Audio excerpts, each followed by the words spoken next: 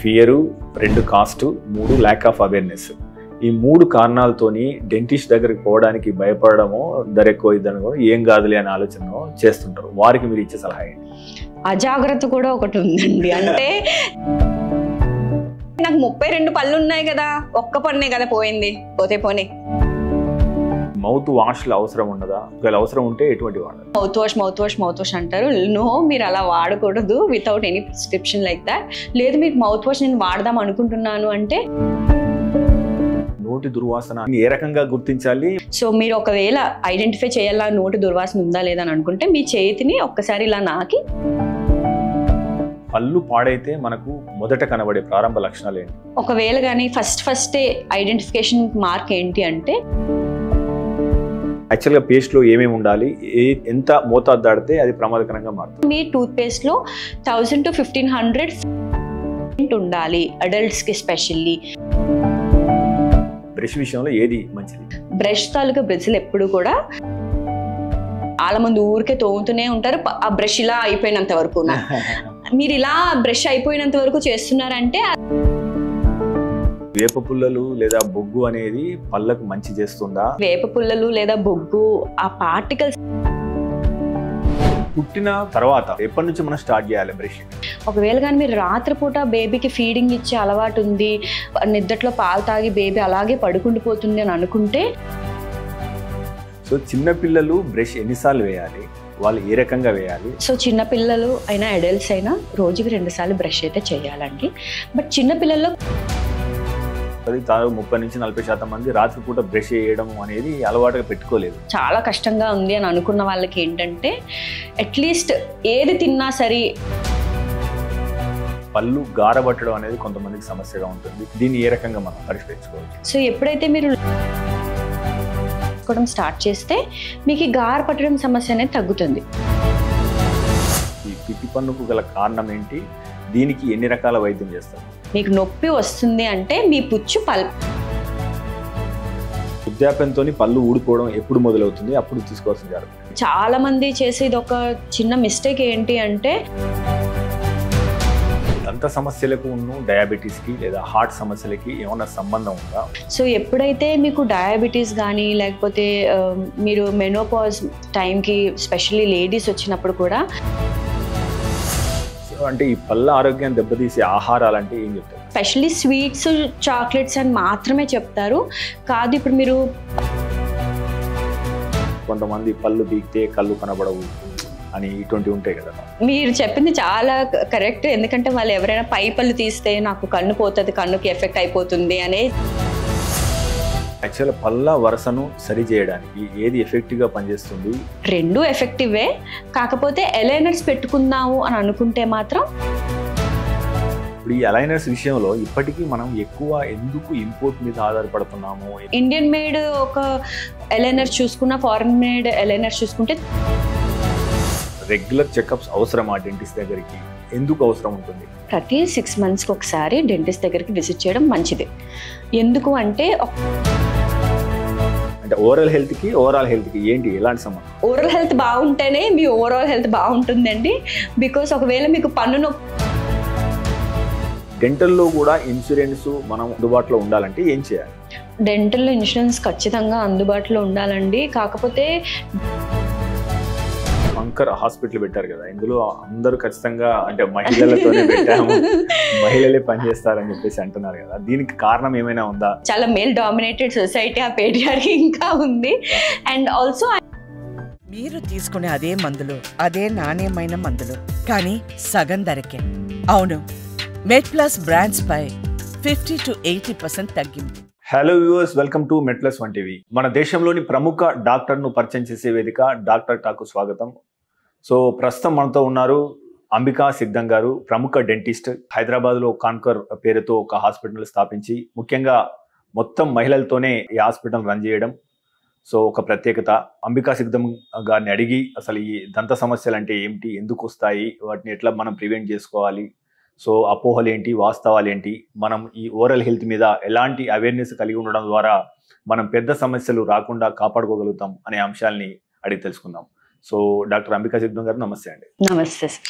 చిన్నపిల్లల నుంచి మొదలు పెడదాం. యాక్చువల్గా పుట్టిన తర్వాత మనం యాక్చువల్గా వాళ్ళకి బ్రష్ చేయడం కానీ ఇటువంటి ఏం చేయం యాక్చువల్గా. సో అసలు యాక్చువల్గా పళ్ళను చిన్నపిల్లలు నీట్గా ఉంచుకోవడానికి అంటే ఎప్పటి నుంచి మనం స్టార్ట్ చేయాలి బ్రషింగ్ అని? సో చాలా మందికి ఉండే అపోహ ఏంటంటే పళ్ళు వచ్చినంత వరకు బ్రషింగ్ ఏం స్టార్ట్ చేయక్కర్లేదని అనుకుంటారండి. కానీ అలా కాదు.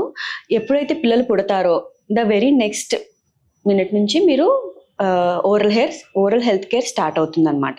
అంటే ఇప్పుడు పాలు ఇచ్చిన తర్వాత గమ్ ప్యాడ్స్ని, నాలుకని మరియు ఏదైతే చిగురుల దగ్గర ఉండే స్పేస్ని ఒక మాయిస్ట్ క్లాత్తో తుడవాలన్నమాట. పాలు ఇచ్చిన ప్రతిసారి అయిపోయిన తర్వాత, మదర్ ఫీడింగ్ అయిపోయిన తర్వాత ఖచ్చితంగా గమ్ ప్యాడ్స్ని తుడవాలి. అప్పుడు వాళ్ళకి ఇన్ఫెక్షన్స్ రాకుండా, వచ్చే పళ్ళకి ఇన్ఫెక్షన్స్ కూడా రాకుండా మనం ప్రివెంట్ చేస్తామన్నమాట. సో ఇది ఎప్పుడు 6 months వరకు మీరు గమ్ ప్యాడ్స్ని క్లీన్ చేసుకుంటూ ఉంటారు. 6 months నుంచి పిల్లలకి పళ్ళు రావడం స్టార్ట్ అవుతాయి అనమాట. అంటే మీరు పళ్ళని బాగా ఎవిడెంట్గా బయటకి చూడగలుగుతారు. ఫస్ట్ కింద చిన్న దగ్గర నుంచి కింద పళ్ళు స్టార్ట్ అవుతాయి, దాని తర్వాత పై పళ్ళు రావడం మొదలవుతాయి అనమాట. అలా 2 years వచ్చేంత వరకు మొత్తం పాల పళ్ళు సెట్ అంతా ఫామ్ అయిపోతుంది పిల్లలకి. కానీ చాలా మంది చేసే చాలా పెద్ద మిస్టేక్ ఏంటంటే మదర్ ఫీడింగ్ ఎక్కువ ఏళ్ళు ఇస్తే చాలా హెల్దీ బేబీకి అని చెప్పి ఇస్తారు. దానిని ఏం తప్పు పట్టట్లేదు. కానీ ఇచ్చిన ప్రతిసారి మీరు చాలా జాగ్రత్తగా క్లీన్ చేస్తున్నారా లేదా అనే విషయాన్ని మాత్రం ఖచ్చితంగా చూసుకోవాలండి. ఒకవేళ కానీ మీరు రాత్రిపూట బేబీకి ఫీడింగ్ ఇచ్చే అలవాటు ఉంది, నిద్దట్లో పాలు తాగి బేబీ అలాగే పడుకుండిపోతుంది అని అనుకుంటే మీరు చాలా ఎక్కువసేపు బేబీకి ఆ మిల్క్ ఎక్కువ కాంటాక్ట్లో ఉండడం వల్ల కేరీస్ వచ్చే ప్రమాదం ఉంటుందన్నమాట. అంటే పుచ్చులు స్టార్ట్ అయ్యే ప్రమాదం ఉంటుంది.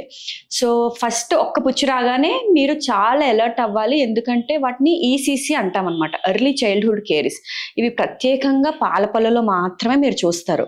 సో ఈ ఎర్లీ చైల్డ్హుడ్ కేరీస్ అనేది చాలా ఫాస్ట్గా గ్రో అయిపోతుంది. అంటే ఎంత ఫాస్ట్గా గ్రో అయిపోతుంది అంటే మీరు చూద్దాంలే పోయే పళ్ళే కదా అని అనుకునే లోపల మొత్తం అన్ని పళ్ళకు ఇన్ఫెక్ట్ అయిపోతాయి.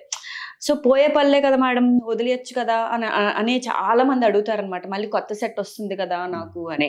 కానీ మళ్ళీ ఈ పళ్ళు రిప్లేస్ అవ్వడానికి ఖచ్చితంగా ఇప్పుడు 6 years వరకు వెయిట్ చేయాలి. సో 6 years వరకు బేబీ ఏమి కొరకలేరు. ముందు పళ్ళతో, వెనక పళ్ళతో తినలేరు. నొప్పి అని చెప్తే ఎక్కడ డెంటిస్ట్ దగ్గర తీసుకొస్తారో లేకపోతే ఇంజెక్షన్ వేస్తారో అనే భయానికి వాళ్ళు చెప్పరు. సో వాళ్ళ ఈటింగ్ హ్యాబిట్ అంతా చేంజ్ అయిపోతుంది అనమాట. కొరకడం, చింపడం లాంటివి పూర్తిగా మానేస్తారు వాళ్ళు. అండ్ మనకి చాలా ఎవిడెంట్ గా కనిపిస్తుంటది చాలా ఎక్కువ పళ్ళు పుచ్చిపోవడం. ఓకే, దీనివల్ల ఫీవర్స్ వస్తుంటాయి పిల్లలకి. అంటే ఎక్కువ సార్లు ఫీవర్ రావడం ఇది మెయిన్ రీజన్ అనమాట.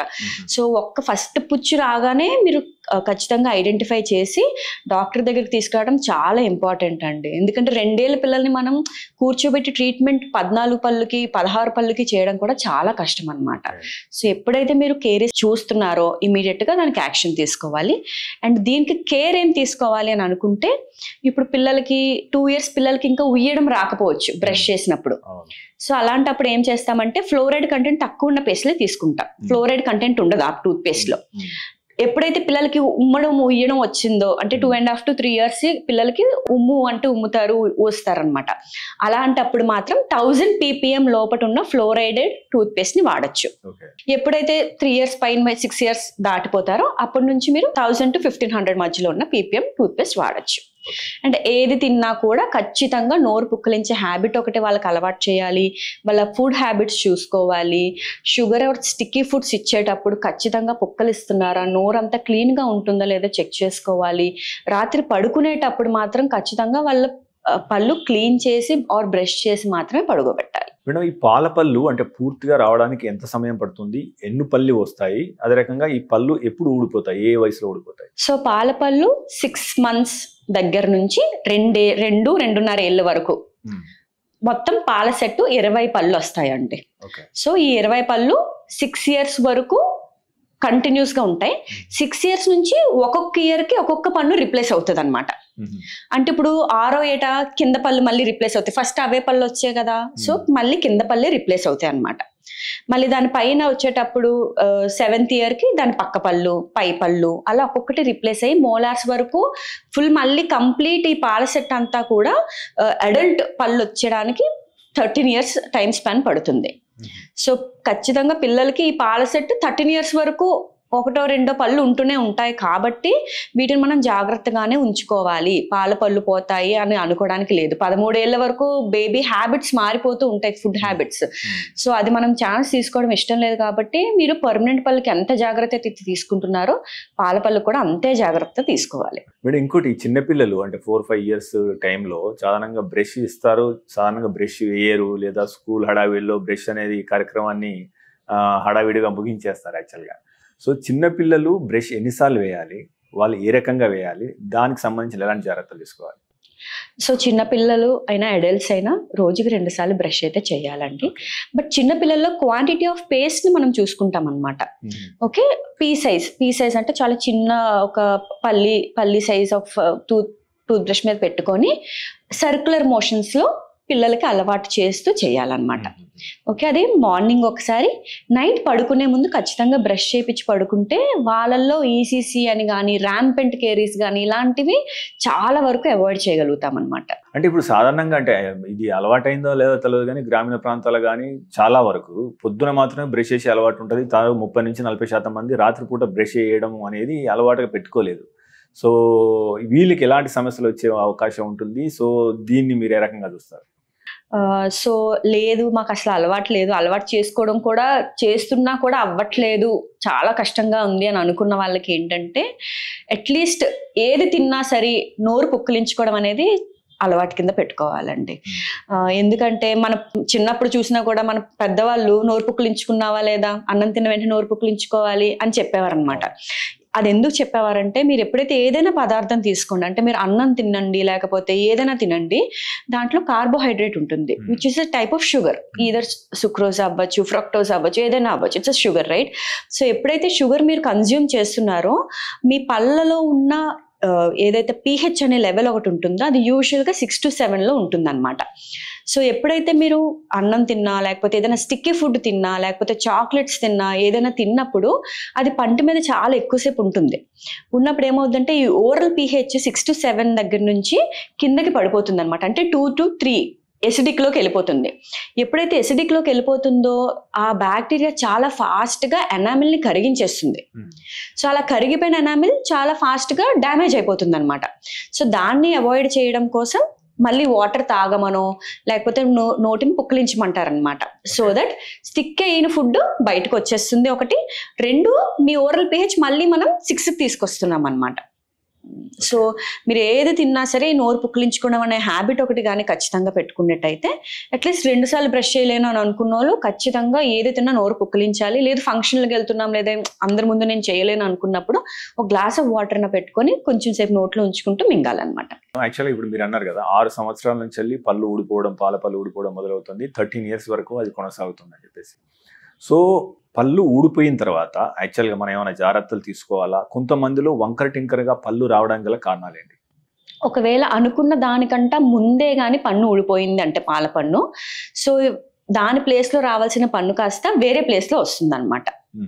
సో అలా ఒకేసారి 2 పళ్ళు ఊడిపోయినా లేకపోతే స్పెషల్లీ దంతాల దగ్గర లేకపోతే జా సైజ్ సరిపోయినా గ్రోత్ కానీ ఎవిడెంట్గా లేకపోయినా సరే ఇలాంటి వంకర్ టింకర్ పళ్ళు అనేది మనం చాలా ఎవిడెంట్గా చూడగలుగుతామండి. సో దానికి జాగ్రత్త ఏంటి అంటే ఎర్లీ డక్లింగ్ స్టేజ్ అంటాం అనమాట. ఎప్పుడైతే ఈ పాల పళ్ళు ట్రాన్సిషన్ అవుతాయో పర్మనెంట్ పళ్ళకి కొంచెం వంకర్ టింకర్గా బాగా కనిపించమన్నమాట, దాన్ని ఎర్లీ డక్లింగ్ స్టేజ్ అంటాం. అది యూజువల్గా 8 నుంచి 10-11 years వరకు చూస్తాం depending upon the growth of the baby. So ఎప్పుడైతే అన్ని పళ్ళు పర్మనెంట్ వచ్చేస్తాయో 13 yearsకి పర్మనెంట్ పళ్ళు, 12 to 13 years పర్మనెంట్ పళ్ళు వచ్చినప్పుడు ఇంకా వంకర్ టింకర్గానే ఉన్నాయి అని అనిపిస్తే మాత్రం ఒకసారి డెంటిస్ట్ దగ్గరికి వచ్చి చూపించుకోవాలి. ఎందుకంటే ఆ ఏజ్లో పిల్లల గ్రోత్ బోన్ చాలా ఈజీగా ఫాస్ట్గా మార్చగలుగుతాం అండ్ అది ఎక్కువ రోజులు ఎక్కువ సంవత్సరాలు ఉంటుంది, రీటైన్ అవుతుంది అనమాట. సో కాల్షియం అన్నీ కూడా తక్కువ డిపాజిషన్ అవుతాయి కాబట్టి ఈజీగా చేంజ్ చేయగలుగుతాం వాటి తాలూకా ప్లేసెస్ని. సో ఏదైనా ఒకవేళ వంకర్ టింకర్ పళ్ళకి ట్రీట్మెంట్ చేయించాలి అని అనుకుంటే కానీ పిల్లల్లో specially 12 to 13 years is like best age. So అంటే ఏజ్ పెరిగినా కొద్దీ టైం ఎక్కువ తీసుకుంటుంది మేడం? టైం ఎక్కువ తీసుకుంటుంది. ఎందుకంటే ఇప్పుడు ఒక 13-year-old బేబీకి జరిగే ఏదైతే ట్రీట్మెంట్ ఉంటుందో అది నాలో జరగాలి అంటే ఆల్రెడీ నా బోన్ అంతా చాలా ఎక్కువ కాల్షియం డిపాజిట్స్ జరిగిపోయి కష్టంగా ఉంటది అనమాట. అంటే ఇప్పుడు మనం మొక్క ఇవ్వంగా మానే వంగున టైప్ లోని. సో చిన్న పిల్లలకి చాలా ఫాస్ట్ గా ఇంకా అప్పుడే గ్రోయింగ్ ఏజ్ కాబట్టి ఏదైనా కరెక్షన్ చేసినా కూడా ఫాస్ట్ గా కరెక్షన్ జరుగుతుంది. అట్ ద సేమ్ టైం ఎక్కువ సంవత్సరాల పాటు ఉంటుంది అనమాట. Hi వివోస్, the most credible health information channel గా మన మెట్ప్లస్ 1 టీవీ ఎదుగుతోంది. దీనిలో భాగంగా మనం రాష్ట్రంలో ఉన్న బెస్ట్ డాక్టర్స్ అందరినీ ఇంటర్వ్యూ చేస్తూ వస్తున్నాం. ఇప్పుడు అమెరికాలో ఉన్న బెస్ట్ డాక్టర్స్ ను కూడా ఇంటర్వ్యూ చేస్తూ వస్తున్నాం. అయితే ఇప్పుడు ఛానల్ చూస్తున్న వారిలో 96% మంది ఇంకా సబ్స్క్రైబ్ చేసుకోలేదు. మీరు వెంటనే సబ్స్క్రైబ్ చేసుకోండి. ఇలాంటి విలువైన, ఖచ్చితమైన, విశ్వసనీయమైన ఆరోగ్య సమాచారాన్ని మనం పెంచే ప్రయత్నం చేద్దాం. తద్వారా మీకు ఆరోగ్యానికి సంబంధించి కరెక్ట్ నిర్ణయాలు తీసుకోవడంలో ఇది సహాయపడుతుంది. So please subscribe to Medplus 1 TV. అంటే మనం యాక్చువల్గా ఎన్ని సంవత్సరాలకు ఒకసారి డాక్టర్ దగ్గరికి వెళ్ళాలి? యాక్చువల్గా రెగ్యులర్ చెకప్స్ అవసరమా? డెంటిస్ట్ దగ్గరికి ఎందుకు అవసరం ఉంటుంది? ప్రతి ఒక్కరు, పిల్లలే కాదండి పెద్దవాళ్ళైనా కూడా ప్రతి 6 monthsకి ఒకసారి డెంటిస్ట్ దగ్గరికి విజిట్ చేయడం మంచిది. ఎందుకు అంటే ఒకవేళ కేరీస్ అంటే చిన్న పుచ్చు స్టార్ట్ అయినా దానికి కొంచెం బాగా ప్రొలాంగ్ అవ్వడానికి 6 months ఆఫ్ టైం పీరియడ్ పడుతుంది అనమాట. మీరు ప్రతి 6 monthsకి విజిట్ చేశారనుకోండి, దాన్ని మనం అవాయిడ్ చేయొచ్చు. స్పెషల్లీ పిల్లల్లో మనం ఏం చేయొచ్చు అనుకుంటే ముందే వార్నిష్ అలాంటివి అప్లై చేస్తామన్నమాట. అంటే కేరీస్ రాకుండా ముందే ఒక పెయింట్ లాగా పళ్ళకి ఒక ప్రొటెక్షన్ లేయర్ లాగా ఒకటి అప్లై చేస్తామన్నమాట. అది ప్రతి 6 monthsకి ఒకవేళ కానీ పిల్లలకి కానీ చేసామనుకోండి, వాళ్ళ నుంచి కేరీస్ పుచ్చులు రాకుండా మనం ముందే ప్రివెంట్ చేయొచ్చు. లేదా ఏదైనా తేడా జరుగుతుంది, ఇప్పుడు మీరు అన్నట్టు వంకరగా వెళ్తున్నాయి పళ్ళు అని అనుకుంటే ఎర్లీ ఐడెంటిఫికేషన్ జరుగుతుంది అనమాట. సో ఎప్పుడైతే ఎర్లీ ఐడెంటిఫికేషన్ జరుగుతుందో మీకు ట్రీట్మెంట్ ఎక్కువ ఏం జరగదు, చిన్న చిన్న ట్రీట్మెంట్స్తో అయిపోతుంది. మనం 14-15 years తర్వాత పళ్ళ వరుస సరిగా లేనప్పుడు అంతకుముందు బ్రేసెస్ లాంటివి పెట్టుకునేది, బయటకు కనబడేది, ఒక 1 year పాటు ఉండేది, డెంటిస్ట్ దగ్గరికి వెళ్ళేది, మళ్ళీ కట్టేది యాక్చువల్గా. సో ఇప్పుడు అలైనర్స్ అని కొత్తగా వచ్చినాయి యాక్చువల్గా. సో యాక్చువల్గా పళ్ళ వరుసను సరి చేయడానికి ఏది ఎఫెక్టివ్గా పనిచేస్తుంది? So in terms of cost effective ఏంటి, ఏది బెస్ట్ అని మీరు సూచిస్తారు, ఎందుకు? సో ఇప్పుడు వంకర పళ్ళు ఉన్న వాళ్ళకి వచ్చే ఆప్షన్స్ ఏంటంటే, ఒకటి బ్రేసెస్. అందులో మెటల్ బ్రేసెస్ ఉంటాయి, సెరామిక్ బ్రేసెస్ ఉంటాయి. అది మన పళ్ళ బయట కనిపించేవి. ఓకే. అండ్ లింగ్వల్ బ్రేసెస్ అని కూడా ఉంటాయి. అంటే ఇప్పుడు నాకు బయటకు అలా కనిపించకూడదు అని అనుకుంటే పళ్ళు లోపటి సైడ్ వేస్తారనమాట. అవి ఒక టైప్ ఆఫ్ బ్రేసెస్. అండ్ ఆ రెండు కాకుండా వచ్చేవి మీకు అలైనర్స్. ఇవి ట్రెడిషనల్ బ్రేసెస్, అలైనర్స్ వాటిని రిప్లేస్ చేసాయి. ఇవి ఎందుకు రిప్లేస్మెంట్ జరిగింది అంటే, బ్రేసెస్ పెట్టుకున్నప్పుడు అల్సర్స్ రావడం కానీ, అన్ని తినలేకపోవడం కానీ, ఇబ్బంది పడడం కానీ, పడుకున్నప్పుడు ఇక్కడ బుగ్గ కంటిపోవడం కానీ అలాంటి ఇబ్బందులు ఉండేవి కాబట్టి దాన్ని రీప్లేస్ చేయడం కోసం అలైనర్స్ పెట్టారనమాట. రెండు ఎఫెక్టివే. కాకపోతే అలైనర్స్ పెట్టుకుందాము అని అనుకుంటే మాత్రం డెంటిస్ట్ చేతిలో ఏముండదు. ముందులో మీరు ప్రతి అపాయింట్మెంట్కి ప్రతి నెల బ్రేసెస్ అనుకోండి, ప్రతి నెల మీరు రావాలి. ప్రతి నెల డెంటిస్ట్ చూసి టైట్ చేసి వైర్ని ఒక వైర్ లాంటిది పెట్టి అవన్నీ వరుసలు వచ్చినంత వరకు వెయిట్ చేసి టైట్ చేస్తూ కరెక్ట్గా అవుతుందా లేదా అని డెంటిస్ట్ మీద ఉండేది. ఇప్పుడు అది డెంటిస్ట్ మీద లేదు. ఇప్పుడు మీకు అలైనర్స్ ఎప్పుడైతే ఇచ్చేస్తారో మీరు రోజు పెట్టుకుంటున్నారా అనేది మీరే మానిటర్ చేసుకోవాలి. అంటే అలైనర్స్ మినిమం 20 to 22 hours పెట్టుకోవాలి. అంటే 22 గంటలు మినిమం మీరు అలైనర్స్ తోటే ఉండాలి. పడుకున్నప్పుడు కూడా మీరు పెట్టుకునే ఉండాలి. అండ్ దాన్ని క్లోజ్ గా మానిటర్ చేయడానికి డాక్టర్ మీకు ఉండరు. సో అది ఒక డిసడ్వాంటేజ్ అలైనర్స్ తో, ఎందుకంటే మీ ట్రీట్మెంట్ ని నేను మానిటర్ చేయలేను కాబట్టి. వేరే ట్రెడిషనల్ బేసిస్ ఉన్న డిసడ్వాంటేజ్ ఏంటంటే, నవ్వులేటప్పుడు కానీ, తినేటప్పుడు కానీ, లేకపోతే ఏదైనా చూసేటప్పుడు కానీ, ఏదైనా ఫంక్షన్ ఉంది అని అనుకున్నప్పుడు ఇబ్బంది, అంతే. ఇప్పుడు ఈ అలైనర్స్ విషయంలో ఇప్పటికీ మనం ఎక్కువ ఎందుకు ఇంపోర్ట్ మీద ఆధారపడుతున్నాము, ఎందుకు ఎక్కువ మంది అది వాడడానికి ఇష్టపడుతున్నారు? ఫర్ సపోజ్ మనం స్టంట్ విషయం తీసుకున్నప్పుడు, స్టంట్ బిఫోర్ దట్ బాగా కాస్ట్లీ ఉండేది. సో మన అబ్దుల్ కలాం స్ఫూర్తితోని ఇక్కడ మనం తయారు చేసిన తర్వాత వాళ్ళు కూడా బాగా భారీగా ధర తగ్గించారు యాక్చువల్గా. సో అలైనర్ విషయంలో ఆ విషయం ఎందుకు జరగట్లేదు యాక్చువల్గా? ఇప్పుడు మీరు చెప్తున్న ఫారెన్ బ్రాండ్స్ ఏవైతే ఉన్నాయో, ఇది జస్ట్ లైక్ ఒక యాపిల్ ఐఫోన్, శాంసంగ్ ఫోన్ లాగా అనమాట. అంటే లైక్ ఒక ఇండియన్ మేడ్ ఫోన్ ఎలాగో ఒక యాపిల్ ఫోన్ ఉంటే అలాగా. సో అది పేషెంట్స్ కూడా అవేర్నెస్ ఇవ్వడం చాలా ఇంపార్టెంట్ అండి. ఇఫ్ మీకు సేమ్ ట్రీట్మెంట్ వస్తుంది, end of the result same అనుకోండి, మీరు ఏ అలైనర్ బ్రాండ్కి వెళ్ళినా పర్వాలేదు. అంటే ఇప్పుడు మీ మెయిన్ మోటో ఫోన్ ఎత్తి మాట్లాడడమే, నాకు ఇంకేం అక్కర్లేదు అని అనుకున్నప్పుడు మీరు అదే తీసుకోవాలి. బట్ ఫారెన్ బ్రాండ్ ఎందుకు ప్రిఫర్ చేస్తారు అంటే, అఫ్ కోర్స్ అది లగ్జరీ అండ్ ఆల్సో కొంచెం కంఫర్ట్. బికాస్ అంత ఎక్కువ కాస్ట్లీ కాబట్టి. ఎందుకంటే మీరు ఇండియన్ మేడ్ ఒక ఎలైనర్స్ చూసుకున్న ఫారెన్ మేడ్ ఎలైనర్స్ చూసుకుంటే 3 times ద ప్రైస్ ఎక్కువ ఉంటుంది. బికాస్ అక్కడే మేడ్ అయ్యి అక్కడి నుంచి ఇక్కడికి వస్తాయి, టైం ఎక్కువ పడుతుంది కాబట్టి. అలాగని ఇండియన్ బ్రాండ్స్ లేవా అంటే ఇండియన్ బ్రాండ్స్ అంతే ఎఫెక్టివ్ గా పనిచేసే ఉన్నాయి, అలా లేవు అనేం లేదు, ఉన్నాయి. బట్ అది పేషెంట్కి అవేర్నెస్ దాని మీద లేకపోవచ్చు. అంటే ఇప్పుడు మీరు ఒక క్రౌన్ పెట్టుకున్నారు అనుకోండి, నేను ఏం సజెస్ట్ చేస్తానంటే క్రౌన్ పెట్టుకుంటే go for a best quality, ఎందుకంటే అది రోజు మీ నోట్లో ఉంటుంది అండ్ మీరు వాడతారు దాన్ని. బట్ ఎలైనర్స్ అలా కాదు. ఇప్పుడు మీకు ఫస్ట్ సెట్ ఆఫ్ ఎలైనర్స్ వాడేస్తే ఇంక మీరు అది యూజ్ చేయరు, మీరు సెకండ్ సెట్కి వెళ్ళిపోతారు, థర్డ్ సెట్కి వెళ్ళిపోతారు. సో ఈ సెట్స్ అన్ని ఇంకా మీకు వేస్టే అవుతాయి అలానో. సో అలా నాకు స్ట్రైట్ అవ్వడమే కావాలి అని అనుకుంటే మీరు ఇండియన్ బ్రాండ్స్ కైనా వెళ్ళొచ్చు, ప్రాబ్లమే లేదు. ఏదైనా ఒకటే రిజల్ట్ ఇస్తుంది అండ్ ఇవే మీరు పెట్టుకొని కూర్చోరు, వాడేసిన తర్వాత you'll be throwing it away. So దానివల్ల యూజ్ ఉండదు. సో అలా అనుకున్నప్పుడు మీరు ఇండియన్ బ్రాండ్స్ కి వెళ్ళాలి. దంత సమస్యల విషయానికి వస్తే సాధారణంగా పిప్పి పన్ను అనేది సాధారణంగా రెగ్యులర్ గా వచ్చే సమస్య. ఈ పిప్పి పన్నుకు గల కారణం ఏంటి, దీనికి ఎన్ని రకాల వైద్యం చేస్తారు? సో పిప్పి పన్ను ఇందాక నేను మీకు చెప్పిన pH థియరీ ఏదైతే ఉందో, ఎప్పుడైతే మనం భోజనం చేస్తామో, భోజనం కానీ ఏదైనా తినిన తర్వాత ఒకవేళ కానీ నోరు కడుక్కోలేకపోయినా ఆహార పదార్థం ఎక్కువసేపు కానీ నోటికి అతుక్కొని లేకపోతే నోట్లో ఉన్నట్టయితే నోటి pH తగ్గిపోవడం వల్ల కేరీస్ అనేది స్టార్ట్ అవుతుంది అనమాట. ఒకవేళ స్టార్ట్ అయ్యి అంటే ఇప్పుడు మన పన్నులో ఒక 3 లేయర్స్ ఉంటాయి, ఎనామిల్, డెంటిన్, పల్ప్.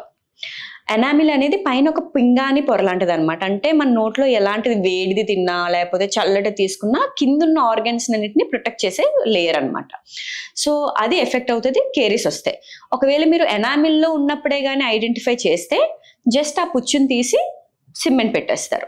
లేదు దాని కింద వరకు వెళ్ళింది, డెంటిన్ వరకు వెళ్ళిందంటే మీరు అప్పుడు జుమ్ అండం కానీ లేకపోతే ఏదైనా తింటుంటే ఇరుక్కుంటుంది అలాంటి సమస్యలు చెప్తారనమాట. దానికి కూడా ఫిల్లింగ్ వరకు సరిపోతుంది. బట్ ఇంకా కిందకి వెళ్ళి పల్ప్ని కానీ టచ్ చేసిందే అంటే, పల్ప్ అంటే ఏమీ కాదు, జస్ట్ మన ఎముకకి పన్నుకి మధ్యన ఒక కమ్యూనికేషన్ అనమాట. సో అందులో రక్తమే ప్రవహిస్తూ ఉంటుంది. సో మీరు ఏదైనా తింటుంటే చూయింగ్ చేస్తున్నా మీకు ఎందుకు తెలుస్తుంది ఇవన్నీ చల్లగా ఏదైనా తీసుకుంటే దానికి రీజన్ పల్ప్ అనమాట. ఓకే, సో ఎప్పుడైతే పల్ప్ వరకు వెళ్ళిపోయిందో మీకు పెయిన్ రావడం స్టార్ట్ అవుతుంది. మీకు నొప్పి వస్తుంది అంటే మీ పుచ్చు పల్ప్ వరకు వెళ్ళింది అండ్ అది మిమ్మల్ని నిద్రపోనివ్వదు రాత్రిపూట. ఎందుకంటే మనం నార్మల్గా నించునే పొజిషన్లో ఉంటే మన బ్లడ్ ఫ్లో అనేది కిందకి ఎక్కువ వెళ్తుంది. బట్ పడుకునే పొజిషన్లో ఉన్నప్పుడు బ్లడ్ ఫ్లో ఈక్వల్గా ఫ్లో అవుతుంది. సో అంత చిన్న నరాల దగ్గర నుంచి వెళ్తుంది కాబట్టి బ్లడ్ అంత ప్రెషర్తో మీకు విపరీతమైన పెయిన్ రాత్రిపూటలు పడుకునేటప్పుడు పడుకోనివ్వకుండా ఉండేలా ఉంటుంది అనమాట. దట్స్ వెన్ మీకు అర్థం అవ్వాలి ఇది రూట్ కెనాల్కి వెళ్తుంది అనమాట. రూట్ కెనాల్ అంటే ఏంటంటే ఏదైతే పల్ప్ ఇన్ఫెక్ట్ అయ్యిందో, ఏదైతే బోన్ వర్క్ ఇన్ఫెక్ట్ అయిపోయిందో దాన్ని రిమూవ్ చేస్తాం. ఇది ఎందుకు రిమూవ్ చేస్తా అంటే ఇప్పుడు కమ్యూనికేషన్ పుచ్చు ఆల్రెడీ ఓరల్ క్యావిటీ నుంచి ఎముక వరకు దానికి ఒక కమ్యూనికేషన్ వచ్చేసింది. ఇప్పుడు ఎముక లోపలికి వెళ్ళిపోయింది ఏం చేస్తుంది, బయటికి రాదు. బయటకు మీరు తీయలేరు, ఎవరు తీయలేరు, వాటర్ తో చేసినా మీరు తీయలేరు బయటకు ఆ ఇన్ఫెక్షన్ ని. సో ఎముక లోపలికి వెళ్ళిపోయిన ఈ ఎనరోబిక్ బ్యాక్టీరియా కిందన్న దొరికిన ఎముకనంతా స్లోగా తినేస్తూ ఉంటది. అక్కడ నుంచి చిగురుల నుంచి అక్కడే చీమి రావడం, బ్లడ్ రావడం లాంటివి మీరు గమనిస్తూ ఉంటారనమాట. So that's when you have to know నేను వెళ్ళి రూట్ కెనాల్ చేయించుకోవాలి అని. మీరు తీసుకునే అదే మందులు, అదే నాణ్యమైన మందులు, కానీ సగం ధరకే. అవును, మెడ్ ప్లస్ బ్రాండ్స్ పై 50 to 80% తగ్గింపు. సో రూట్ కెనాల్ ఎట్లా చేస్తారు మేడం, దానికి ఎన్ని సిట్టింగ్స్ అవసరం వస్తాయి, ఇప్పుడు ఎట్లా ఉన్నది వైద్యం? సో రూట్ కెనాల్ అనేది చాలా మంది భయపడిపోతారండి, చాలా నొప్పి వచ్చేస్తుంది, చాలా ఎక్కువ సిట్టింగ్లు పడతాయని. అదంతా అపోహే లేదు. ఒకవేళ కానీ మీకు కిందకి వరకు చీమ వెళ్ళలేదు, చీమ పట్టలేదు పన్నుకి అంటే సింగిల్ సిట్టింగ్ లో మీ రూట్ కెనాల్ అయిపోతుంది. ఓకే, ఏదైతే పైన ఫస్ట్ ఏదైతే ఇన్ఫెక్షన్ ఉందో, ఏదైతే కేరీస్ అయినా స్టార్ట్ అయ్యి పుచ్చు మీకు ఎవిడెంట్ గా కనిపిస్తుందో ఫస్ట్ ఆ పార్ట్ తీసేస్తాం. ఎనామిల్ నుంచి డెంటిన్ నుంచి ఏదైతే పుచ్చిపోయి పనికిరానిది ఉందో అది తీసేస్తాం. తర్వాత ఇన్ఫెక్ట్ అయిన పల్పుని తీసేసి ఎక్కడి వరకు అయితే ముందు పన్ను తాలూకా రూట్ ఉందో అక్కడ వరకు వెళ్ళి మెజర్ చేసుకొని అక్కడ నుంచి ఫిల్లింగ్ పెట్టుకొని వస్తాం అనమాట. సో దట్ ఇప్పుడు మనం ఆ కమ్యూనికేషన్ ని క్లోజ్ చేస్తున్నాం. ఏదైతే ముందు ఎముకకి వెళ్ళిపోవడానికి దానికి వీలుగా ఉండే దారి ఏదైతే ఉందో దాన్ని క్లోజ్ చేసి పై వరకు సిమెంట్ పెట్టుకొని వస్తాం అనమాట. సో ఇది ఒక్క సిట్టింగ్ లో ఒకవేళ మీకు కింద ఏం ఇన్ఫెక్షన్ లేదు, నార్మల్ గానే ఉంది అంటే సింగిల్ సిట్టింగ్ లో మీకు రూట్ కెనాల్ అయిపోతుంది. అండ్ ఇది లోకల్ ఎనెస్థీషియా ఇచ్చే చేస్తారు కాబట్టి పెయిన్ఫుల్ గా ఉండదు. అండ్ దాని తర్వాత ఒకవేళ లేదు చాలా ఎక్కువ చీమి ఉంది అంటే చీమి పోయేంత వరకు లోపటే మెడికేషన్ పెడతాము. సో మీరు ఊరికే చాలా మంది చేసే తప్పు ఏంటంటే ఓకే నాకు నొప్పి వచ్చింది కాబట్టి నేనే ఓవర్ ద కౌంటర్ అంటే వాళ్ళే గూగుల్లో సెర్చ్ చేసుకుంటారు, వెళ్ళి ఒక యాంటీబయాటిక్ అండ్ పెయిన్ కిల్లర్ వేసుకుంటారు. అలా తప్పండి. ఊరికే మీరు యాంటీబయాటిక్స్ అండ్ పెయిన్ కిల్లర్స్ వాడని అవసరం లేదు యాక్చువల్లీ. దానివల్ల మీ గట్ బ్యాక్టీరియా పాడైపోతుంది ఇప్పుడు. సో వద్దు అలాగా. జస్ట్ రూట్ కెనాల్ చేయించుకుంటే సరిపోతుంది. మీ డెంటిస్ట్ పన్ను లోపటే మెడికేషన్ పెడతారండి. సో దానివల్ల ఈజీ. యాక్చువల్లీ ఇప్పుడు 16 yearsకు మనకు పూర్తి పళ్ళు వచ్చేస్తాయి. సో పళ్ళ వరుస లేకుంటే మనం సెట్ చేసుకుంటాం. ఆ తర్వాత ఇంకేమైనా జాగ్రత్తలు తీసుకోవాలా? ఇప్పుడు మనకు ఆల్మోస్ట్ ఇంకొక మళ్ళీ ఊడిపోవడం ఎప్పుడు మొదలవుతుంది? సో ఇప్పుడు 16 years ఏజ్ దగ్గర నుంచి కొన్నిసార్లు మీరు చూసే చేంజ్ ఏంటంటే అది ప్యూబర్టీ వచ్చే స్టేజ్. సో కొంతమందికి బ్లీడింగ్ గమ్స్ వస్తాయి అనమాట పిల్లలకి. సో అలాంటప్పుడు మీరు ఏం భయపడక్కర్లేదు బ్లీడింగ్ గమ్స్ వస్తున్నాయి ఏదో పెద్ద ఇష్యూ అని. No, it's just because of hormonal change వల్ల ఆ ట్రాన్సిషన్ లో ప్యూబర్టీలో పిల్లలకి అది జరుగుతుంది. సో అది భయపడక్కర్లేదు. అండ్ వన్స్ ఇప్పుడు నుంచి ఒకవేళ కానీ పళ్ళు వరుసలో లేకపోతే ఆర్థో ట్రీట్మెంట్ చేయించుకుంటారు అండ్ సేమ్ కంటిన్యూ చేస్తారు. ట్వైస్ బ్రష్ చేయడం కానీ లేకపోతే స్టిక్కీ ఫుడ్స్ కొంచెం అవాయిడ్ చేయడం కానీ, ఫుడ్ హ్యాబిట్స్ మార్చడం కానీ, వాటర్ ఎక్కువ తీసుకోవడం కానీ ఇలాంటివన్నీ చేసుకుంటుంటే మీ పళ్ళు చాలా ఏళ్ళ వరకే వస్తాయి. అన్లెస్ అంటిల్ మీరు చాలా ఓల్డ్ అయిపోయి 90 years వచ్చినంత వరకు కూడా మీరు ఇవే జాగ్రత్తలు కానీ పాటించినట్టయితే హెల్దీగానే ఉంటాయి. వృద్ధాప్యంతో పళ్ళు ఊడిపోవడం ఎప్పుడు మొదలవుతుంది? అప్పుడు తీసుకోవాల్సిన జాగ్రత్తలు? ఒకవేళ కానీ మీకు డయాబెటీస్ కానీ లేకపోతే ఏదైనా బోన్ ఇష్యూస్ ఏమైనా ఉన్నా, కాల్షియం ఎక్కువ లేకపోయినా అప్పుడు ఏమవుతుందంటే ఎముక పన్నుని పట్టుకోలేదు. సో అప్పుడు లూజ్ అయిపోతుంటాయి పళ్ళు. లేదా చాలా మంది ఒక పన్ను తీపిచ్చుకుంటారు, మధ్యలో ఎక్కడో దంతం తీపిచ్చుకుంటారు, దాన్ని రిప్లేస్ చేయరు. అంటే క్రౌన్ కానీ లేకపోతే ఇంప్లాంట్ కానీ పెట్టుకోకపోవడం వల్ల ఏమవుతుందంటే పక్కకు జరిగిపోతూ ఉంటాయి పళ్ళు. సో అలా జరిగిపోయినప్పుడు స్లోగా లూజ్ అవుతూ ఉంటాయి అన్నమాట. సో అండ్ చాలా మంది చేసేది ఒక చిన్న మిస్టేక్ ఏంటి అంటే ఇటువైపు పన్ను ఒకటే పోయింది కదా వదిలేద్దాం, తర్వాత ఎప్పుడైనా పెట్టించుకుందాం అని అజాగ్రత్త చేస్తారు.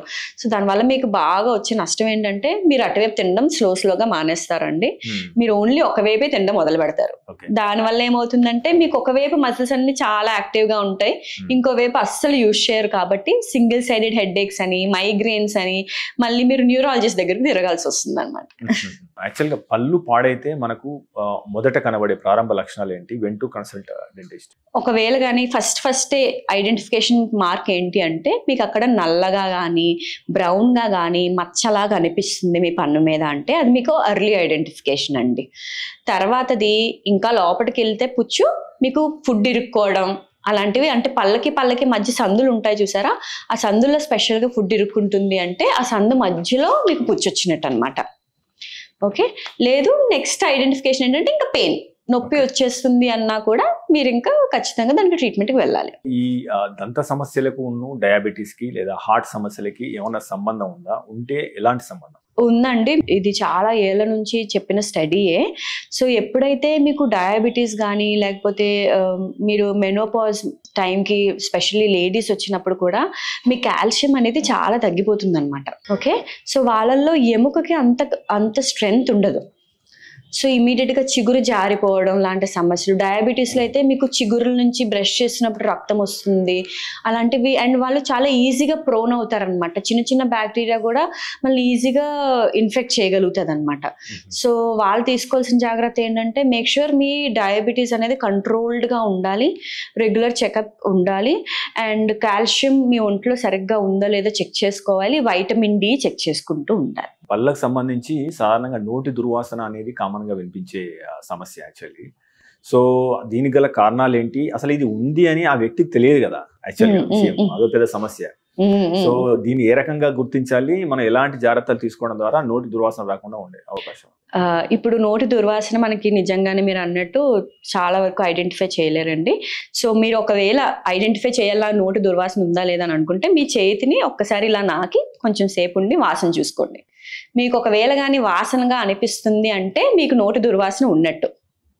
దానికి గాను మీరు చేయాల్సిన పద్ధతులు ఏంటి అంటే మీ ఫుడ్ ఫస్ట్ మనం డైట్ నుంచి స్టార్ట్ చేయాలండి.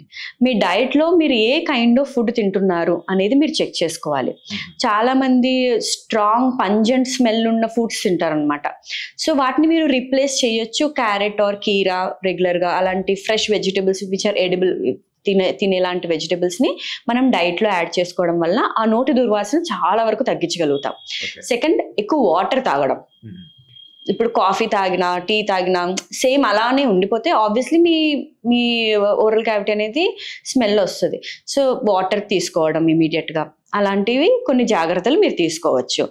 తర్వాత లేదు అండ్ ట్వైస్ బ్రషింగ్ చేయడం వల్ల, ఎవ్రీడే ఫ్లాసింగ్ చేయడం వల్ల ఒకవేళ పళ్ళు సందుల్లో కానీ ఏదైనా ఫుడ్ ఇరుక్కుపోయి వాసన వస్తుంది అంటే దాన్ని మనం రిమూవ్ చేయగలుగుతాం. లేదు గమ్ ఇష్యూలు అంటే పంటికి చిగురికి మధ్యలో ఏదైనా ఫుడ్ ఇరుక్కుపోతుంది అందుకే ఈ వాసన వస్తుందంటే రెగ్యులర్ క్లీనింగ్స్ చేయించుకోవడం వల్ల మీరు ఈ దుర్వాసన అనేది రెడ్యూస్ చేసుకోవచ్చు. ఇంకోటి మేడం, అంటే పేస్ట్ విషయంలో కావచ్చు లేదా మనం మౌత్ దీని విషయంలో కావచ్చు, అంటే ఎటువంటి వాడితే బెస్ట్ ఉంటుంది? చాలా మంది వేరే వేరే బ్రాండ్స్ ఏవైతే ఉంటాయో పేస్ట్ టైప్వి రగ్గడ్గా ఉండేవి మాత్రం యూజ్ చేయొద్దండి. చాలా మంది అనుకుంటారు అలా ఉండేవి పౌడర్స్ అలాంటివి యూజ్ చేస్తే పళ్ళు తెల్లగా వస్తాయని. అది ఎలా ఉంటుందంటే, ఇప్పుడు మీరు ఇసుక పెట్టి రాగి బిందెని తోమితే రాగి బిందె చాలా తెల్లగానే వస్తుంది, కానీ దాంతో ఉన్న పార్టికల్స్ కూడా పోతాయి. సో మీ ఎనామిల్ అనేది అరిగిపోతుంది అనమాట. సో మీరు దానికంట ఏదైనా సెన్సిటివిటీ టూత్ పేస్ట్కి షిఫ్ట్ అయితే బెటర్. ఎందుకంటే మీ పైన ఉన్న ఎనామిల్ మీరు లైఫ్ లాంగ్ రక్షించుకోవాలి. అది ఇర్రిప్లేసబుల్. ఒక్కసారి పోతే మళ్ళీ రాదు. సో దాన్ని మనం అండ్ మీకు ఆల్మోస్ట్ 6 years నుంచి మీరు ఎప్పటి వరకు అయితే బ్రతుకుతారో ఒక 90 years వరకు మీకు అవే పళ్ళ సెట్ ఉంటాయి, మళ్ళీ రిప్లేస్ అవ్వవు. కాబట్టి మీ ఎనామిల్ని చాలా జాగ్రత్తగా చూసుకోవాలి. కాబట్టి తక్కువ పేస్ట్ వేసి 2 minutes మాత్రమే బ్రష్ చేసేలా చూసుకొని, అంటే ఒక 30 seconds అప్పర్, ఇటువైపు ఒక 30 seconds, 30 seconds, 30 seconds అనుకొని బ్రష్ చేస్తే సరిపోతుంది. చాలా మంది ఊరికే తోముతూనే ఉంటారు, ఆ బ్రష్ ఇలా అయిపోయినంత వరకు.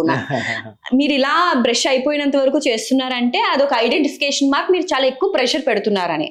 అంత ప్రెషర్ పెట్టి మీరు బ్రష్ చేయనక్కర్లేదు. మీ ఎనామిల్ మీద ఉన్నది ఖచ్చితంగా జస్ట్ ఒకసారి మీరు బ్రష్ చేస్తే ప్రాపర్ టెక్నిక్ లో అదే వచ్చేస్తుంది. ఈ మౌత్ వాష్లు అవసరం ఉండదా? అది రకంగా ఒకవేళ అవసరం ఉంటే ఎటువంటి వాడాలి? మౌత్ వాష్ నా ఒపీనియన్ ఏంటి అంటే, ఈదర్ మీకు డెంటిస్ట్ ప్రిఫర్ చేస్తేనే తీసుకోవాలి.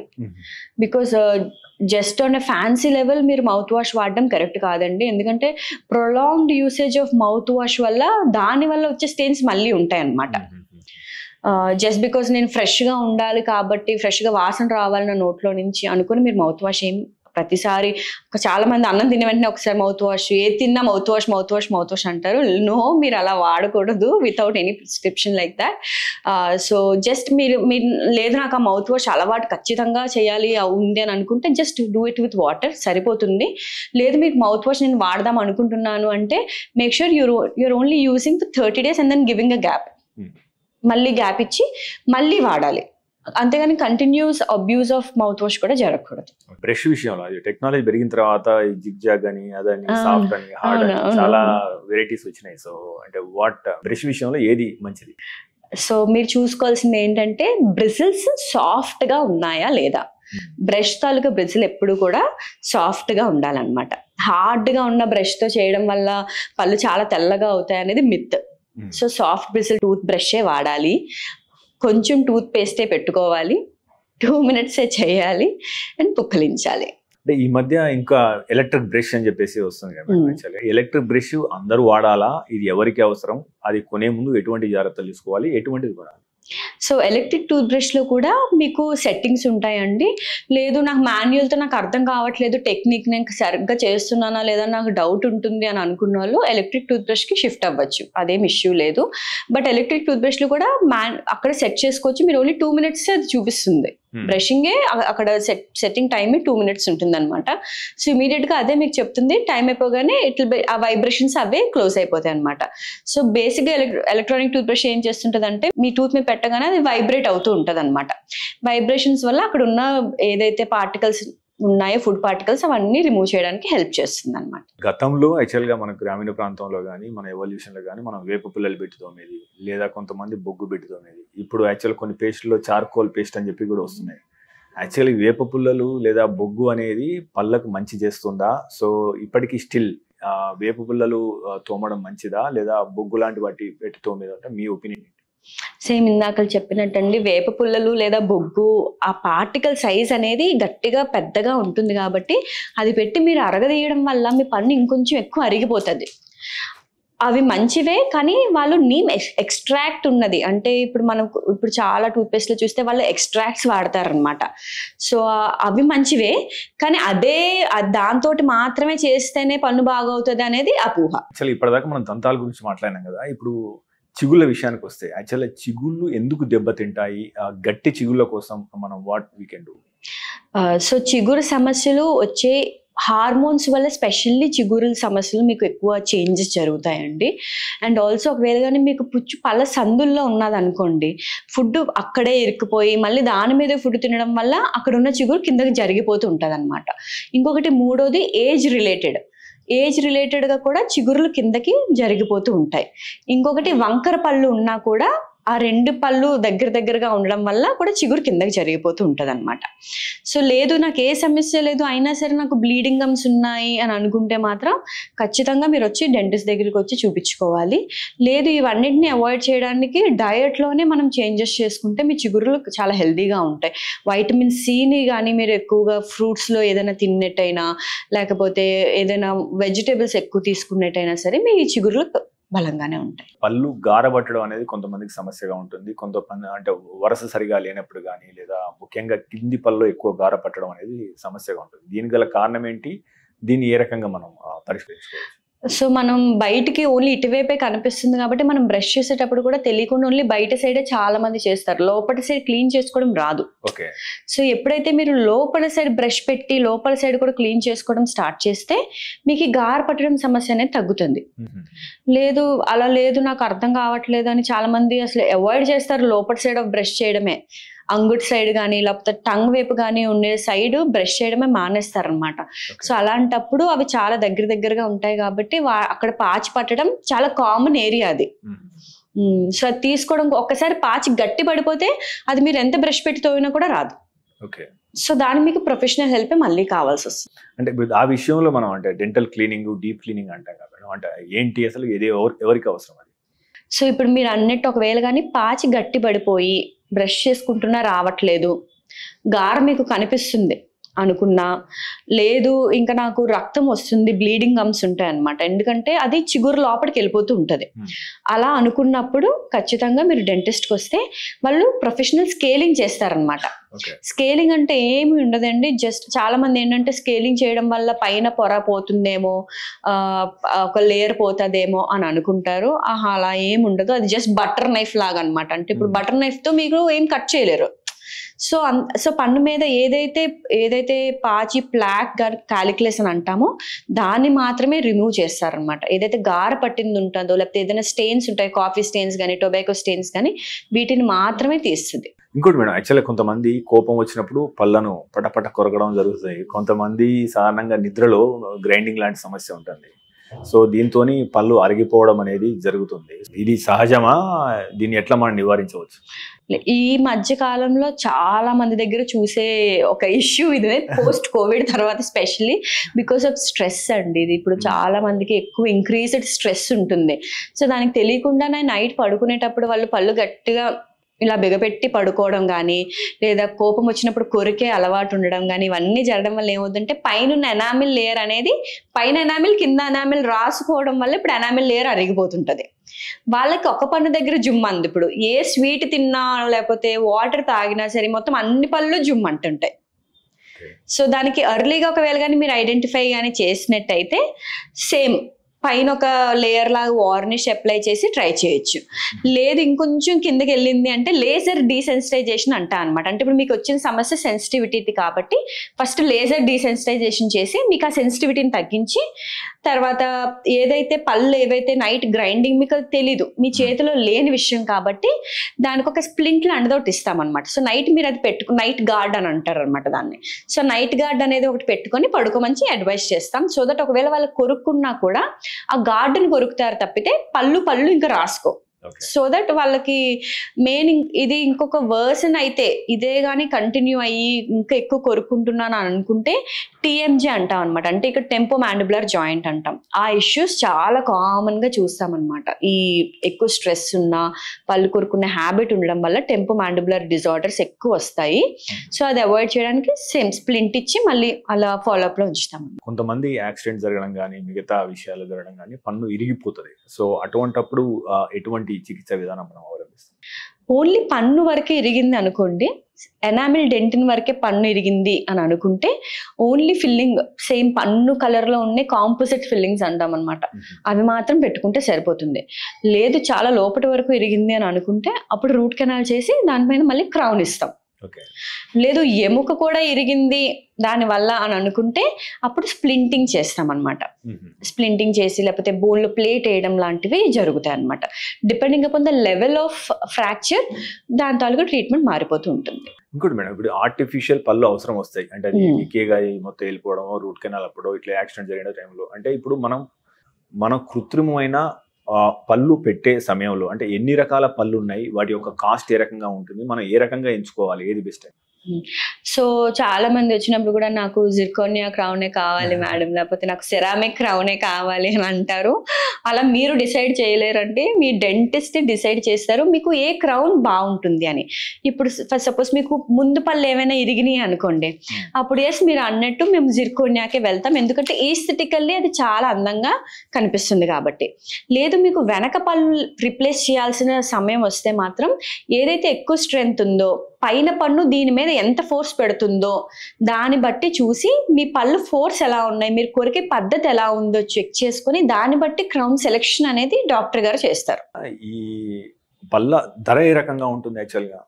సో ఇప్పుడు ఒకవేళ మీరు మెటల్ అనుకోండి, అది స్టీల్ కలర్ లో కనిపిస్తుంది, స్టీల్ పళ్ళు అనేవాళ్ళు చిన్నప్పుడు. సో అదైతే మీకు చాలా చీపర్ క్వాలిటీలో వస్తుంది. ఎప్పుడైతే మీరు జిర్కోనియా సెరామిక్ వెళ్ళారు అనుకోండి, ఒక మధ్యతరంగా ఉంటుంది అనమాట. తర్వాత డిఎంఎల్ఎస్ అంటారు అనమాట, అంటే లోపల స్టీల్ ఉంటుంది, పైన సెరామిక్ లేయర్ ఉంటుంది. సో అది ఇంకొంచెం ఎక్కువ ఉంటుంది. అన్నిటికంటే ఎక్కువ జిర్కోనియా ఉంటుంది అనమాట. జిర్కోనియా అనేది కొంచెం ఎక్కువ కాస్ట్ ఉంటుంది వీటన్నిటితో కంపేర్ చేస్తే. జిర్కోనియా ఎంత ఉంటుంది మేడం ఒక పన్ను? Depending upon the lab and dentist and తర్వాత సమ్ 8,000 to 15,000 18,000. ఒకవేళ 3MV ఇంకా కాస్ట్లీయెస్ట్ క్యాప్కి వెళ్ళాలి అని అనుకుంటే ఇట్ వేరీ అప్ టు 20 అలా అయినా ఉండొచ్చు. ఇంకోటి మేడం, ఈ పళ్ళలో సంబంధించినప్పుడు పళ్ళల్లో కొంతమంది గ్యాప్ ఏర్పడుతుంది, పళ్ళు ఏర్పడినప్పుడే గ్యాప్ ఏర్పడుతుంది, ఆ గ్యాప్ తోనే ఉంటాడు. సో ఈ సందు పళ్ళు ఉండడం వల్ల ఏమైనా సమస్యనా, దీనికి ఏ రకంగా చేయాలి? వాళ్ళు తినేటప్పుడు చాలా ఇబ్బంది పడతారండి, ఎందుకంటే పళ్ళ సందుల్లో ఫుడ్ ఇరుక్కుపోతూ ఉంటుంది, మధ్యలోకి వెళ్ళిపోతుంది. వాళ్ళకి ఆ తినే ప్లెజర్ ఏదైతే వస్తుందో మనం తినేటప్పుడు నవ్వులుతున్నప్పుడు ఊరికే మధ్యలోకి వెళ్ళిపోయి ఇరుక్కుపోతుంటే వాళ్ళు ఊరికే ఒక పుల్ల తీసి పెట్టుకోవడం కానీ పిన్నిస్ తీసి పెట్టుకోవడం కానీ చాలా ఫ్రీక్వెంట్ గా చూస్తాను అనమాట. దానివల్ల మీ చిగురుని యాక్చువల్లీ మీరు డ్యామేజ్ చేస్తున్నట్టు అండ్ మీ సందుల్ని ఇంకా కొంచెం వైడ్ చేస్తున్నట్టు.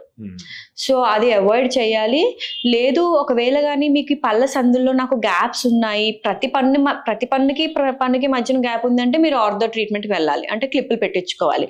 లేదు ఒక్క పన్నుకి మాత్రమే అలా గ్యాప్ వస్తుంది అంటే అర్థం ఖచ్చితంగా అక్కడ ఏదో పుచ్చుంది, ప్రతిసారి అక్కడ ఏదో ఫుడ్ ఇరుక్కుంటుంది, ఇరుక్కున్న ఫుడ్ మీద ఇంకొంచెం ఇరుక్కోవడం వల్ల 2 పళ్ళకి గ్యాప్ వచ్చాయని అర్థం. పళ్ళకి సంబంధించి హైజీన్ కోసం కావచ్చు, ఇంకా సమస్యలు రాకుండా ఉండడం కోసం కావచ్చు, అంటే ఏమైనా హోమ్ రెమెడీస్ ఏమైనా చెప్తారా which can be effective? So early morning మీ డే స్టార్ట్ అయ్యేటప్పుడే మేక్ ష్యూర్ యూఆర్ బ్రషింగ్. నేను ఏదైతే టెక్నిక్ చెప్పానో, ఏదైతే బ్రష్ చెప్పానో, ఏదైతే టూత్ పేస్ట్ చెప్పామో మేక్ ష్యూర్ మీ టూత్ పేస్ట్లో 1000 to 1500 ఫ్లోరైడ్ కంటెంట్ ఉండాలి అడల్ట్స్కి స్పెషల్లీ. ఓకే, అండ్ సెకండ్లీ మీరు సాఫ్ట్ బ్రిసిల్స్ టూత్ బ్రష్ వాడాలి, 2 minutes పాటు బ్రష్ చేయాలి. అండ్ అక్కడి నుంచి చూసుకుంటే మేక్ ష్యూర్ మీరు at least 2.5 to 3 liters of water on daily basis తాగుతున్నారా లేదా అనేది ఎక్కువ చెక్ చేసుకోవాలి. సో దట్ మీ సెలైవా అనేది ఫ్లో బాగుంటుంది అనమాట. ఒకవేళ మీరు వాటర్ తాగడం మర్చిపోయినా కూడా మీ సెలైవా ఫ్లో బాగుంటే ఏదైనా ఫుడ్ ఇరుక్కుపోయింది అనుకోండి, సెలైవా అనేది సగం క్లెన్స్ చేసేస్తుంది. సో అందుకని వాటర్ ఎక్కువ తాగడం వల్ల మీ సెలైవా అనేది థిన్గా పల్చగా ఉండడం వల్ల అదే సగం ప్రాబ్లమ్స్ని రిమూవ్ చేస్తుంది అనమాట. And next me food habits make sure మీరు ప్రోటీన్ తినడం కోసం అలానే too much of meat content ఉంటే మేక్ ష్యూర్ మీరు వెజిటేబుల్స్ కూడా బాయిల్డ్ వెజిటేబుల్స్ కానీ లేకపోతే క్యారెట్, కీరా, బ్రోకలీ ఇలాంటివన్నీ డైట్లో ఉండేటట్టు చెక్ చేసుకోవాలి. And make sure every meal తర్వాత మీరు మౌత్ వాష్ చేసుకున్నారా లేదా, అంటే జస్ట్ గార్గిల్ చేస్తున్నారా లేదా వాటర్ అయినా తాగడం మాత్రం అలవాటు చేసుకోవాలి. అండ్ లేట్ నైట్ స్నాకింగ్ అనేది చేయకూడదు. సో అంటే ఈ పళ్ళ ఆరోగ్యాన్ని దెబ్బతీసే ఆహారాలు అంటే ఏం చెప్తారు? స్టిక్కీ ఫుడ్ అండి, అంటే ఎస్పెషల్లీ స్వీట్స్, చాక్లెట్స్ అని మాత్రమే చెప్తారు. కాదు, ఇప్పుడు మీరు పల్లి చెక్కి తీసుకున్నారంటే, అచ్చులు తీసుకున్నారనుకోండి, అవి పళ్ళ మీద ఉండిపోతాయి ఎక్కువసేపు, మీరు దాన్ని రిమూవ్ చేయలేరు. సో చాలా ఎక్కువసేపు ఏదైతే పన్నుతో కాంటాక్ట్ ఉంటుందో అలాంటి ఫుడ్స్ అన్ని అవాయిడ్ చేయడం చాలా మంచిది. సో స్టిక్కీ ఫుడ్స్ కానీ, ఎక్కువ షుగర్ కంటెంట్ ఉన్న ఫుడ్స్ కానీ, తర్వాత ఏవైతే మీరు క్లీన్ చేసుకోలేనివి పళ్ళ సందుల్లో ఉండిపోయే ఫుడ్స్ ఏవైతే ఉన్నాయో అలాంటివన్నీ అవాయిడ్ చేయడం బెటర్. ఇంకోటి మేడం, యాక్చువల్గా మనకు సాధారణంగా ఎలాంటి జబ్బు వచ్చినా దానికోసం ఒక హెల్త్ ఇన్సూరెన్స్ తీసుకుంటాం. యాక్చువల్గా అది కవర్ చేస్తుందని ఒక భరోసా ఉంటుంది. కానీ ఇప్పుడు కొంతమంది, ఇప్పుడు మన అలైనర్ విషయానికి వస్తే ఒక 20 సంవత్సరాలు లేదా 30 సంవత్సరాల వ్యక్తి అలైనర్స్ వాడాలంటే ఆ treatment cost based on that 2 లక్షల నుంచి 3 లక్షలు 4 లక్షలు పోయిన సందర్భాలు కూడా ఉన్నాయి. సో లేదా ఏదన్నా యాక్సిడెంట్ జరిగినప్పుడు ఈ పళ్ళకు సంబంధించి కానీ, అంటే మిగతా ఇది కాస్ట్ పెరిగిపోతుంది దంతాలకు సంబంధించి. రెండోది, ఇది ఇన్సూరెన్స్ లో ఎక్కువ భాగం కవర్ కావట్లేదు. సో ఇది యాక్చువల్గా అంటే యాజ్ ఏ డెంటిస్ట్ గా మీ యొక్క అభిప్రాయం ఏంటి? డెంటల్లో కూడా ఇన్సూరెన్స్ మనం అందుబాటులో ఉండాలంటే ఏం చేయాలి? డెంటల్లో ఇన్సూరెన్స్ ఖచ్చితంగా అందుబాటులో ఉండాలండి. కాకపోతే డ్రాబ్యాక్ ఎక్కడ జరుగుతుంది అంటే, దాన్ని కాస్మెటిక్ సైడ్స్కి కన్వర్ట్ చేయడం వల్ల ఇన్సూరెన్స్ కంపెనీస్ ఇన్సూరెన్స్ ఇవ్వట్లేదు అనేది మేజర్ డ్రాబ్యాక్ అనమాట. That's where we're lacking. ఒకవేళ మీకు యూజువల్గా చాలా వరకు కవర్ చేస్తాయి, ఈధర్ అది మీకు ఫ్రాక్చర్ అయ్యి ఉండాలి, లేదా మీరు 1 డే హాస్పిటలైజ్డ్ అయ్యి ఉండాలి. సో అలా అయితే మీకు ఫుల్ కవరేజ్ వస్తుంది. అండ్ చాలా కార్పొరేట్ కంపెనీస్ కానీ, లేకపోతే ఏదైనా సాఫ్ట్వేర్ కంపెనీస్ కానీ మోస్ట్లీ మీకు క్రౌన్ అండ్ రూట్ కెనాల్ ఉంది అంటే అది ఇట్స్ అన్ ఇష్యూ, రైట్? అది హెల్త్ ఇష్యూ, మీకు నొప్పి వచ్చింది, అది ఒక ఇష్యూ. చాలా అలాంటివి అయితే మాత్రం మీకు కవర్ అవుతాయండి. ఏవి కవర్ అవ్వవు అంటే, బ్యూటీ పర్పస్గా స్మైల్ డిజైనింగ్ కానీ, ఇప్పుడు మీరు అంటున్న అలైనర్స్ ట్రీట్మెంట్ కానీ, it's not necessary. It's not basic need or నెసెసరీగా చేయించుకోవాలి, చేయించుకోకపోతే తినలేము, ఉండలేము పొజిషన్ కాదు కాబట్టి అవి వాళ్ళు కవర్ చేయట్లేదు. బట్ వేరస్ మీరు వెస్టర్న్ కంట్రీస్లో కానీ చూసినట్టయితే ఇవన్నీ కవర్ అయిపోతాయి వాటిల్లోనే. So it's easy. అందుకని అక్కడ కూడా చాలా ఎక్కువ కాస్ట్, ఎందుకంటే ఇన్సూరెన్స్ కంపెనీ కవర్ చేస్తుంది కాబట్టి. అండ్ ఎస్, ఇండియాలో అది కొంచెం ల్యాక్ ఉంది, బికాస్ ఇట్స్ నాట్ నెసెసరీ. ఇప్పుడు మీకు రూట్ కెనాల్ అనుకోండి, ఇది పెయిన్ రిలేటెడ్. సో కొన్ని ఇన్సూరెన్స్ కంపెనీస్ అవి పెయిన్ రిలేటెడ్ ట్రీట్మెంట్ జరుగుతుంది కాబట్టి వాటిని కవర్ చేస్తాయి. బట్ కాస్మెటిక్ సైడ్ వెళ్తే మాత్రం ఎస్, అవి మీకు కవర్ అవ్వట్లేదు ఇండియాలో. సో ఇప్పటి వరకు ఇండియాలో అంటే ఒక మంచి ఇన్సూరెన్స్ తీసుకుంటే కవర్ అయ్యే పళ్ళ సమస్యలు ఏంటి? రూట్ కెనాల్స్ మీకు కవర్ అవుతాయి. రూట్ కెనాల్ మీదే క్రౌన్ వస్తుంది కాబట్టి అది కవర్ అవుతుంది. తర్వాత జ్ఞానదంతాలు రిమూవల్స్ కవర్ అవుతాయి. అండ్ ఒకవేళ ఏదైనా అప్పర్ జా, లోవర్ జాకి ఏదైనా ఫ్రాక్చర్స్ అయినా అవి కవర్ అవుతాయి. లేదు క్యాన్సర్ ట్రీట్మెంట్స్ ఏవైనా ఉంటే అవి కవర్ అవుతాయి. ఇంకోటి మేడం, యాక్చువల్గా అంతకుముందు డెంటిస్ట్ అంటే నార్మల్గా డెంటిస్ట్ అని ఒక దంత వైద్యశాల ఉండేది. ఇప్పుడు డెంటిస్ట్కి రకరకాల పదాలు వచ్చినాయి. ఎండో డెంటిస్ట్ అని, మైక్రో ఎండో డెంటిస్ట్ అని, నార్మల్ డెంటిస్ట్ అని, ఇంకా రకరకాల వచ్చినాయి. యాక్చువల్గా ఈ డిఫరెన్సెస్ గురించి మాకు కొద్దిగా చెప్తారా? సో డెంటిస్ట్రీలో ఒక 8 రకాల బ్రాంచెస్ ఉంటాయండి. ఓకే, ఫస్ట్ ఇది వచ్చేసి మనం మెడిసిన్ అండ్ రేడియాలజీ. వాళ్ళు ఏంటంటే డయాగ్నోసిస్ చేస్తారన్నమాట. అంటే ఇప్పుడు మీ పళ్ళన్నీ చూసి ఏ ట్రీట్మెంట్ ఇంపార్టెంట్, ఏ ట్రీట్మెంట్ మీరు చేయించుకోవాలి అంటే మీ ఎక్స్రేస్ చూసి మీకు నిజంగా ఏదైనా ఒకవేళ ఐడెంటిఫికేషన్ చేయాల్సి వచ్చిందంటే, ఒక క్యాన్సర్ కానీ, ఒక ట్యూమర్ కానీ, లేకపోతే ఏదైనా ఒక చిన్న జింజర్ అంటే ఏదైనా చిగురుకు సంబంధించిన వ్యాధ, లేకపోతే ఓన్లీ పళ్ళకు సంబంధించిన వ్యాధ అని చూసే డిపార్ట్మెంట్ అనమాట. ఓకే, నెక్స్ట్ సర్జరీ డిపార్ట్మెంట్ ఒకటి ఉంటుంది. అదేంటంటే ఓరల్ మ్యాక్సిలోఫేషియల్ సర్జరీ అంటాం. ఒకవేళ ఏదైనా రోడ్ యాక్సిడెంట్ జరిగి సర్జరీ చేయాలన్నా, ఒక పన్ను పీకాలి అన్నా సరే సర్జన్ చేస్తారనమాట. తర్వాత ప్రోస్టోడాంటిస్ట్ అని ఇంకొకళ్ళని అంటారు. వాళ్ళు ఏంటంటే ఇప్పుడు మీకు పళ్ళు పెట్టాలి అన్నా, క్యాపులు పెట్టాలి అన్నా, లేకపోతే ఇంప్లాంట్స్ పెట్టాలన్నా, లేదా మొత్తం ముసలి వాళ్ళకి CD సెట్స్ క్రియేట్ చేయాలన్నా ప్రోస్టోడాంటిస్ట్ చేస్తారనమాట. ఎండోడాంటిస్ట్ ఏంటంటే రూట్ కెనాల్స్ చేయాలన్నా, లేకపోతే మీకు స్మైల్ డిజైనింగ్ చేయాలి అన్నా, లేకపోతే ఏదైనా ఫిల్లింగ్ పెట్టాలి అన్నా సరే ఎండోడాంటిస్ట్ చేస్తారు. పీడోడాంటిస్ట్ ఏంటంటే ప్రత్యేకంగా పిల్లల కోసమే, పిల్లల్లో ఏదైనా జరిగే మార్పులు చేర్పులు చెక్ చేయాలి అనుకుంటే పీడోడాంటిస్ట్ చూస్తారనమాట.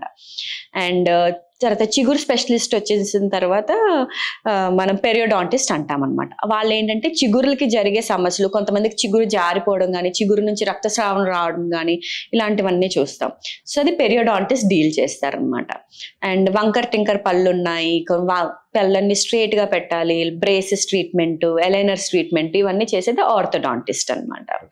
పాథాలజిస్ట్ ఏంటంటే వాళ్ళు ల్యాబ్ లో ఉంటే ఒకవేళ ఏదైనా మనం స్పెసిమెన్ పంపిస్తే దాంట్లో జరిగే ఏది కరెక్ట్ గా డయాగ్నోసిస్ ఇవ్వడం కోసం పాథాలజిస్ట్ ఉంటారు అనమాట.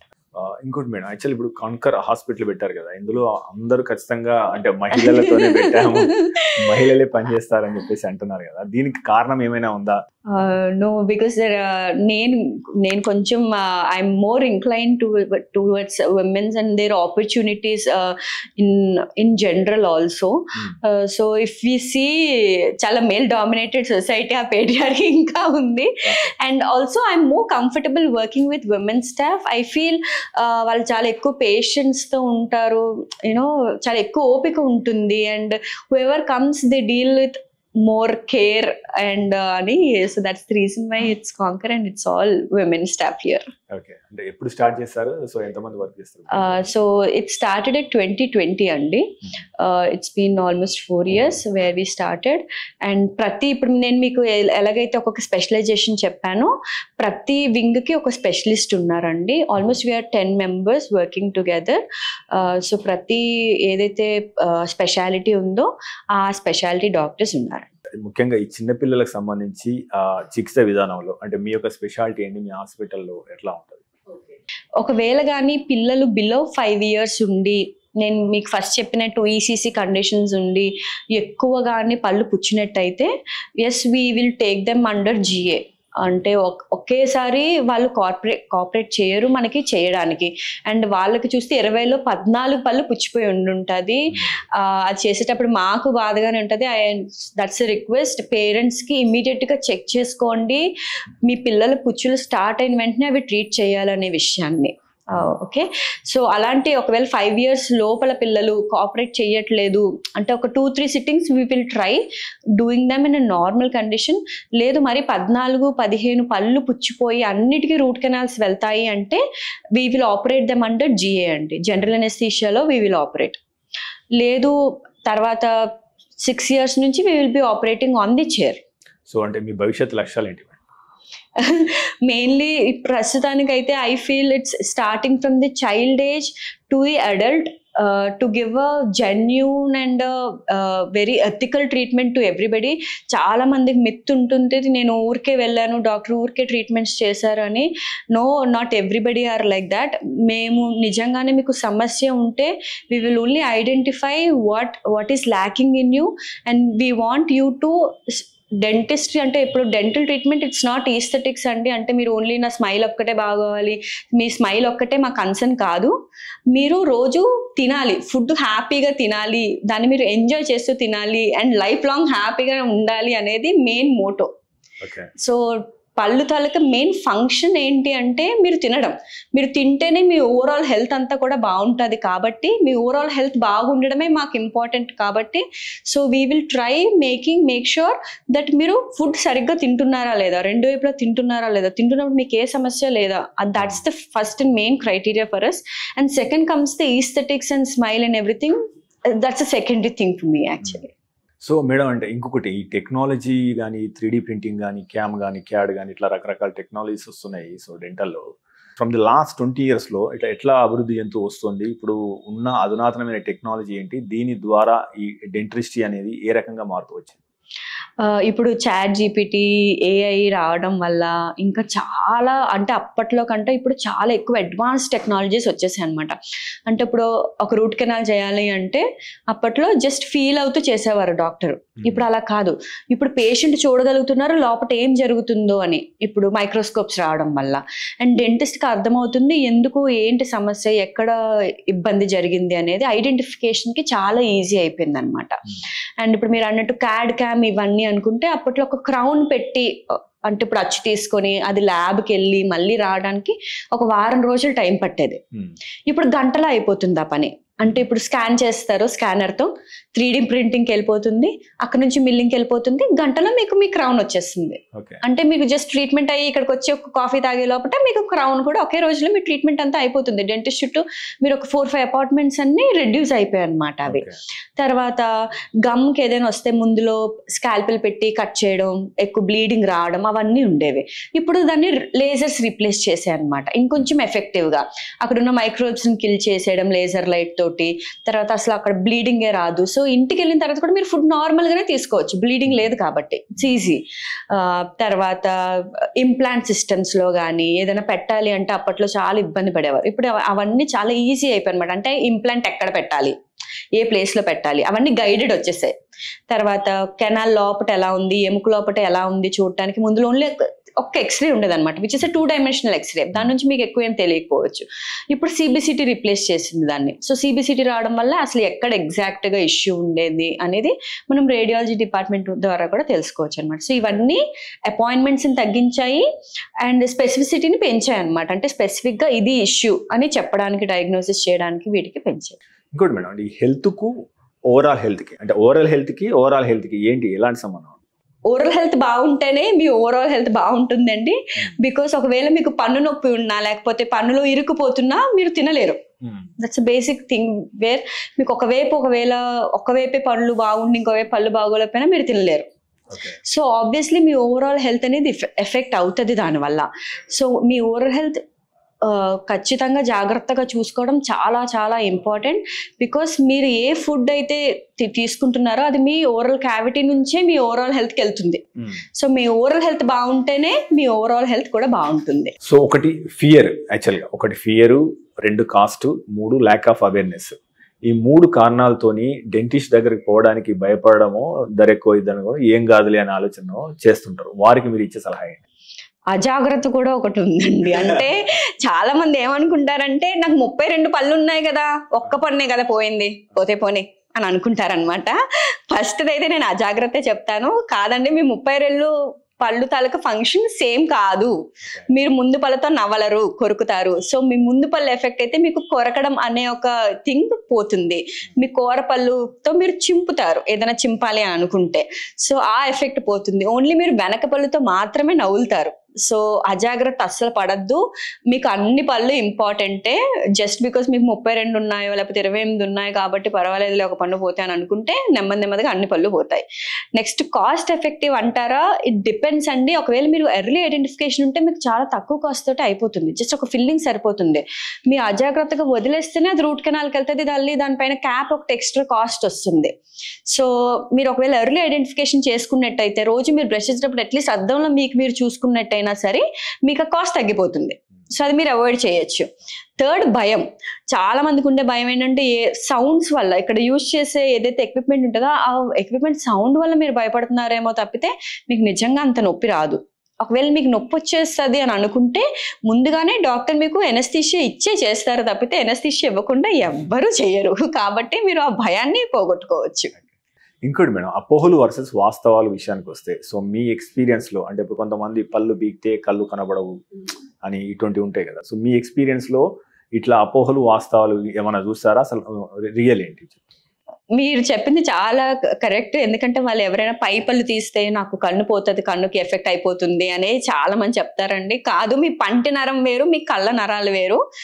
సో మీకు ఒకవేళ ఎనస్థీషియా ఇచ్చినా సరే మీ పంటి నరాలకి ఇస్తారు, పంటి నరం ఎఫెక్ట్ అవుతుంది తప్పితే మీ కంటికి పంటికి సంబంధం లేదు, అది మిత్. నెక్స్ట్, రూట్ కెనాల్ నొప్పిలు చాలా ఎక్కువ వస్తుంది, చాలా ఎక్కువ సిట్టింగ్స్ పడుతుంది, అదొక మిత్. తర్వాత ఒక పన్ను పోయినా పర్వాలేదు అని అనుకోవడం కూడా మిత్తే. అండ్ అల్సర్ వస్తే దానికి క్యాన్సర్ అని రియాక్ట్ అయిన పేషెంట్స్ కూడా చాలా మంది ఉంటారు. మీరు అస్సలు భయపడక్కర్లేదు. మీకు క్యాన్సర్ వస్తే అల్సర్కి క్యాన్సర్కి డిఫరెన్స్ ఈజీగానే తెలుస్తుంది, మీరేం దానికి కూడా భయపడక్కర్లేదు. సో అల్సర్ కోసం మీరు భయపడద్దు. మీరు ఇమీడియట్గా ఒకవేళ కానీ డెంటిస్ట్ దగ్గరికి వస్తే they will treat you immediately. ఇంకోటి మేడం, అంటే ఈ tobacco use, whether it is smoking కానీ లేదా రియల్గా తంబాకు కానీ లేదా గుట్కా కానీ, ఇవి డెంటల్ హెల్త్ని ఏ రకంగా పాడు చేస్తాయి? డెఫినెట్గా ఇవి ఎఫెక్ట్ చేస్తాయండి. మీ టొబాకో సిసేషన్ అనేది చాలా చాలా చాలా ఇంపార్టెంట్. Just not smoking. చాలా మందికి రివర్స్ స్మోకింగ్ అలవాటు ఉంటుంది, చాలా మందికి చూయింగ్ ఆఫ్ టొబాకో అలవాటు ఉంటుంది. సో దట్స్ వేర్ ఫస్ట్ మీ చిగురులు ఎఫెక్ట్ అవ్వడం స్టార్ట్ అవుతాయి. అంటే వాళ్ళకి ఇమీడియట్గా పళ్ళకి పుచ్చు రాదు కాబట్టి వాళ్ళకి అర్థం కాదు, కానీ స్లోగా మీ చిగురులు కిందకి జారిపోవడం, పన్ను లూజ్ అయిపోవడం, లేదా అక్కడ ఏదైనా గ్రోత్ లాంటిది రావటం అండ్ నోరు తెరవలేకపోవటం, ఇలాంటివన్నీ సిమ్టమ్స్ అన్నమాట. ఇవి కానీ వదిలేస్తే అవి మ్యాలిగ్నెంట్లోకి చేంజ్ అయ్యే కండిషన్స్ చాలా కామన్. సో మేక్ ష్యూర్, లేదు మీకు టొబాకో ఉంది అంటే మాత్రం it's very very important that you cease your habit of chewing the tobacco or reverse smoking especially, లేదు స్మోకింగ్ అయినా సరే it's very very important that you stop that firstly. లేదు stop చేయలేకపోతున్నాను అంటే better consult a doctor so that they will advise you how to reduce చేసి స్టాప్కి వాళ్ళే తీసుకొస్తారు. రివర్స్ స్మోకింగ్ అంటే ఏంటి? అడ్డపొగ అని అంటారండి అప్పట్లో. అంటే వాళ్ళు స్మోక్ ని రివర్స్ లో, అంటే ఏదైతే కాలుతున్న సైడ్ ఉంటుందో అది లోపల వైపు పెట్టి పిలుస్తారనమాట. This is more common in Andhra అటువైపు, ఎస్పెషల్లీ శ్రీకాకుళం అటువైపు you will see more of these cases అనమాట, వేర్ అడ్డపొగ అంటారు దీన్ని ఆ భాషలో. మళ్ళీ ఏంటంటే చుట్టా బీడి లాంటివి ముందు సైడ్ ఏదైతే మండుతున్న బర్నింగ్ సైడ్ ఏదైతే ఉంటుందో దాన్ని ఆపోజిట్ సైడ్ లో పెట్టి నోట్లోకి పీలుస్తారనమాట ఆ పొగని, which will also affect your oral cavity. మీ ఈసోఫేగస్ అంతా ఎఫెక్ట్ చేస్తుంది, also your lungs will be affected and all the internal parts will be affected because అంత హీట్ లోపలికి వెళ్తుంది కాబట్టి. సో మేడం, యాక్చువల్గా అంటే ఈ ముసలి వాళ్ళలో యాక్చువల్గా పళ్ళన్నీ ఊసిపోయి ఉంటాయి, సో బోసినోరు కనబడుతుంది యాక్చువల్గా. సో వారికి అంటే తిరిగి వాళ్ళు మామూలుగా తినగలిగే పరిస్థితి రావడానికి ఎటువంటి మనకు పరిష్కార మార్గాలు ఉన్నాయి? సో ముందులో అయితే వాళ్ళకి పళ్ళ సెట్ పెట్టేవారండి. సో ఆ పళ్ళ సెట్ ఎలాంటి పేషెంట్స్ లో పెడతామంటే, ఎముక లేదు అని అనుకుని చాలా చిన్న ఎముక మాత్రమే రిడ్జ్ అంటాం అనమాట, ఏదైతే పళ్ళు ఉంటాయో ఆ ఎముక తక్కువగా ఉంది అని అనుకున్నప్పుడు పళ్ళు సెట్ పెట్టేవాళ్ళం. కానీ అది అంత కంఫర్టబుల్గా పేషెంట్స్ ఫీల్ అవ్వరండి, బికాస్ అంతా మీకు అసలు మీరు తింటున్న ఫీలింగ్ కూడా రాదనమాట వాళ్ళకి. సో దాన్ని రీప్లేస్ చేసినట్టు ఇంప్లాంట్స్ పెడుతున్నారు అనమాట. ఒకవేళ కానీ మీ బోన్ కండిషన్ బాగానే ఉంది, మీ నార్మల్ జనరల్ హెల్త్ కండిషన్ బాగానే ఉంది, డయాబెటీస్ కానీ హైపర్ టెన్సివ్ కానీ మీకు కంట్రోల్లోనే ఉన్నాయి, మీ బోన్ హెల్త్ అంతా బాగానే ఉంది అని అనుకుంటే ఖచ్చితంగా మీరు ఇంప్లాంట్స్కి వెళ్ళడం బెటర్. బికాస్ ఇంప్లాంట్స్ పెట్టుకోవడం వల్ల మీరు ఇంకొంచెం ఫీల్ అవుతారనమాట. ఆ ఏజ్ వాళ్ళకి తింటున్న ఫీలింగ్ వస్తుంది. సగం మంది పళ్ళన్నీ పోయిన తర్వాత ఇంకొంచెం ఎక్కువ డిప్రెషన్లోకి వెళ్ళిపోతారు, బికాస్ వాళ్ళకి తింటున్న ఫీలింగే రాదు, తిండి మీద వాళ్ళకి ధ్యాస పోతుంది అనమాట. స్లోగా వాళ్ళకి తినాలని అనిపించదు, బికాస్ వాళ్ళకి ఆ ఫీలింగే తెలియట్లేదు, ఏది తిన్నా తెలీదు. ఎందుకంటే మొత్తం అంతా కవర్ అయిపోయి ఉంటుంది, మీ ప్యాలెట్ కవర్ అయిపోయి ఉంటుంది, కిందనంతా కవర్ అయిపోయి ఉంటుంది. కాబట్టి ఆ సెటిల్ పెట్టుకోవడం వల్ల వాళ్ళకి తెలిసేది కాదు. బట్ ఇప్పుడు అవి చాలా ఈజీగా replaced with your dental implants. Even మీకు బోన్ చిన్నగా ఉన్నా కూడా డెంటల్ ఇంప్లాంట్స్ కి మీరు వెళ్ళొచ్చు. So full mouth dental implants పెడతారనమాట, వేరే అన్ని పళ్ళు లోపల ఒక స్క్రూలా ఉండి పైన క్రౌన్స్ లా వస్తాయి. సో దట్ మీరు తింటుంటే మీ ఎముకగా తెలుస్తుంటది, మీరు నవ్వులుతున్నారు అనే విషయం లోపల కూడా మీకు తెలుస్తుంటది. సో దానివల్ల ఏంటంటే ఓకే నేను తింటున్నాను ఒక ఫీలింగ్ కి ఆయన ఇంకొంచెం ఒక 5 ఏళ్ళు 10 ఏళ్ళు ఇంకొంచెం ఎక్స్ట్రా బ్రతుకుతారు. జ్ఞానదంతం అంటాం కదా, యాక్చువల్గా ఈ జ్ఞానదంతం అనేది ఎందుకు సమస్యగా మారుతుంది? అసలు జ్ఞానదంతం అంటే సో ఇప్పుడు థర్డ్ మోలార్స్ అంటే ప్రతి ఒక్కరికి 2 మోలార్స్ ఇటువైపు 2 మోలార్స్ ఉంటే, ఒకటి థర్డ్ మోలార్ అంటే ఇంకా మన పూర్వంలో అయితే 4 మోలార్స్ 5 మోలార్స్ ఉండేవన్నమాట. ఎవల్యూషన్ లో ఒక్కొక్క మోలార్ పోయింది. అంటే జా సైజ్ పెద్దది ఉన్నప్పుడు ఎన్ని మోలార్స్ అయినా అకామిడేట్ చేసేది అప్పట్లో. ఇప్పుడు వచ్చే జనరేషన్ కొద్దీ మన ఫేసెస్ అన్ని ఇంకొంచెం చిన్నగా అవ్వడం వల్ల, జా సైజ్ చిన్నగా అవ్వడం వల్ల ఏమైందంటే ఆ థర్డ్ మోలార్స్ అనేవి బయటికి ఎరప్ట్ అవ్వడానికి స్పేస్ లేదు జాలో. సో అలా ఎరప్ట్ అవ్వలేని పన్ను జ్ఞానదంతం ఎముకలోనే ఉండిపోతుంది. మీకు ఒకవేళ ఎముకలోనే ఉండిపోయి నాకేం నొప్పి లేదు అని అనుకుంటే బెటర్ వదిలేసేయండి దాన్ని. లేదు సగం ఎరప్ట్ అయ్యి ఇప్పుడు కొంచెమే సగం ఎరప్ట్ అవుతుంది, ఇంకొంచెం ఎరప్ట్ అవుదాం అనుకున్నప్పటికీ బయటకు వద్దాం అనుకున్నప్పటికీ దానికి ఎముకలో స్పేస్ సరిపోదు రావడానికి. అలాంటప్పుడు ఏం చేస్తుందంటే సగమే రావటం వల్ల మీకు చిగురు మీద సగం పన్ను లోపటి సగం ముందు పన్నుకి మధ్యలో సగం ఉండిపోవడం వల్ల పెయిన్ వస్తుంది అనమాట. లేదా ఆ ఏరియా క్లీన్ చేసుకోవడం చాలా కష్టం, గమ్ ఎత్తి మీరు క్లీన్ చేయలేరు కాబట్టి దానికి పుచ్చు కూడా వచ్చే అవకాశాలు ఉంటాయి ఎక్కువగా. సో అలాంటప్పుడే పెయిన్ వస్తుంది, అలాంటప్పుడు మాత్రం మీరు తీయించుకోవడం బెటర్. లేదు అన్ని జ్ఞానదంతాలకి నాకు జా సైజ్ సరిపోయి అన్ని కరెక్ట్ గానే ఉన్నాయని అనుకుంటే అప్పుడు మీరు మళ్ళీ తీయించుకోనక్కర్లేదు. ఓన్లీ మీ జ్ఞానదంతం వల్ల మీకు నొప్పి వస్తుంది, లేదా అది వేరే ట్రీట్మెంట్ ని ఎఫెక్ట్ చేస్తుంది, లేదా ముందు పన్నును వచ్చి గుద్ది దానికి పుచ్చుని క్రియేట్ చేస్తుంది అనుకున్నప్పుడు మాత్రమే మీరు జ్ఞానదంతం పీకించుకోవాలి. లేదు ఊరికే మాత్రం జ్ఞానదంతాన్ని పీకించుకోనక్కర్లేదు. సో ఫైనల్గా మేడం, యాక్చువల్గా మనం ఫ్లోరైడ్, ఈ ఫ్లోరోసిస్ అనేది ఎముకల్ని అదే రకంగా పళ్ళని నాశనం చేస్తుంది అంటాము. బట్ ఇప్పుడు మనం పేస్ట్లో మనం ఫ్లోరైడ్ అవి వాడుతున్నాం యాక్చువల్గా. సో యాక్చువల్గా ఈ ఫ్లోరైడ్ అనేది ఎంత ఉండాలి, ఎంత ఉంటే బెస్ట్? సో యాక్చువల్గా పేస్ట్లో ఏమేమి ఉండాలి, ఎంత మోతాదు దాడితే అది ప్రమాదకరంగా మారుతుంది? సో ఇప్పుడు చాలా ఏరియాస్లో ముందు నల్గొండ అటువైపుల్లో ఒకప్పుడు వాటర్లోనే చాలా ఎక్కువ ఫ్లోరిన్ ఉండేదన్నమాట. బికాస్ ఆ సాయిల్లో ఎక్కువ ఫ్లోరిన్ కంటెంట్ అవైలబుల్గా ఉండేది కాబట్టి. బట్ ఇప్పుడు అలా ఏం లేదండి, because everything is like modernised and civilised and your filters are doing the perfect job. మీకు ఎంత మోతాదులో ఏవైతే మినరల్స్ కావాలో అదే ఇస్తుంది. కాబట్టి మనం తినే ఫుడ్లో కొంచెం ఫ్లోరిన్ ఉంటుంది, మనం తీసుకునే పాలల్లో ఫ్లోరిన్ ఉంటుంది, మనం తీసుకునే వాటర్లో ఫ్లోరిన్ ఉంటుంది. ఒకవేళ ఇవన్నీ సరిపోయినట్టయితే మీకు fluorine especially on the toothpaste అక్కర్లేదు. బట్ టూత్పేస్ట్లో ఎందుకు ఫ్లోరైడ్ సజెస్ట్ చేస్తామంటే కేరిస్ని ప్రివెంట్ చేయడానికి మాత్రమే సజెస్ట్ చేస్తున్నాం. లేదు ఒకవేళ మీ సాయిల్లోనే ఎక్కువ ఫ్లోరిన్ కంటెంట్ ఉంటుంది అని అనుకుంటే అప్పుడు మీరు ఫ్లోరైడెడ్ టూత్పేస్ట్ వాడకూడదు. ఎక్కువ ఫ్లోరిన్ ఉండడం వల్ల ఏమవుతుందంటే మీ ఎనామిల్ అనేది పోరస్ గా అయిపోయి డ్యామేజ్ అయిపోతుంది అనమాట, బ్రిటిల్ గా అయిపోతుంది, చాలా ఈజీగా ఇరిగిపోతుంది. Usually enamel is the most hardest part of the body. కానీ అంత ఎనామిల్ కూడా ఎప్పుడు బ్రిటిల్ అయిపోద్ది అంటే కంటిన్యూస్ ఫ్లోరైడ్, వాటర్ లో ఎక్కువ ఫ్లోరైడ్ కంటెంట్ ఉంటే అది చాలా బ్రిటిల్ అయిపోతుంది అనమాట. అండ్ మీరు ఆ ఫ్లోరైడ్ స్టెయిన్స్ కూడా బ్రౌనిష్ గా చూడగలుగుతారు. చాలా మంది ఫ్లోరైడ్ స్టెయిన్స్ ఉంటాయి అన్నమాట. సో అవి ట్రీట్ చేయడం కూడా కష్టమే. దాంట్లో మళ్ళీ మైల్డ్ గా ఉన్నాయనుకోండి ఫ్లోరైడ్ స్టెయిన్స్, అవి చిన్న చిన్న బ్లీచింగ్ ప్రొసీజర్స్ తోటో లేకపోతే ఏదైనా సిమెంట్స్ తోటో మనం క్లియర్ చేసేయచ్చు. లేదు చాలా లోపటి వరకు చొచ్చుకుపోయింది ఆ ఫ్లోరైడ్ అనేది ఉంటే మాత్రం దెన్ దట్స్ వేర్ మీరు వెనియర్స్ ఆర్ క్రౌన్స్ గానీ వెళ్లాల్సి వస్తుంది అనమాట. So okay madam, thank you very much. Thanks lot. Overall health కి సంబంధించి ఎంతో అవేర్నెస్ కల్పించారు. సో మీకు లేని సమయానికి ధన్యవాదాలు. Thanks lot. సో వ్యూవర్స్, ఇది ఈ వారం డాక్టర్ టాక్. వచ్చే వారం మరో డాక్టర్ కలుద్దాం. చూస్తూనే ఉండండి మెడ్ ప్లస్ 1 TV.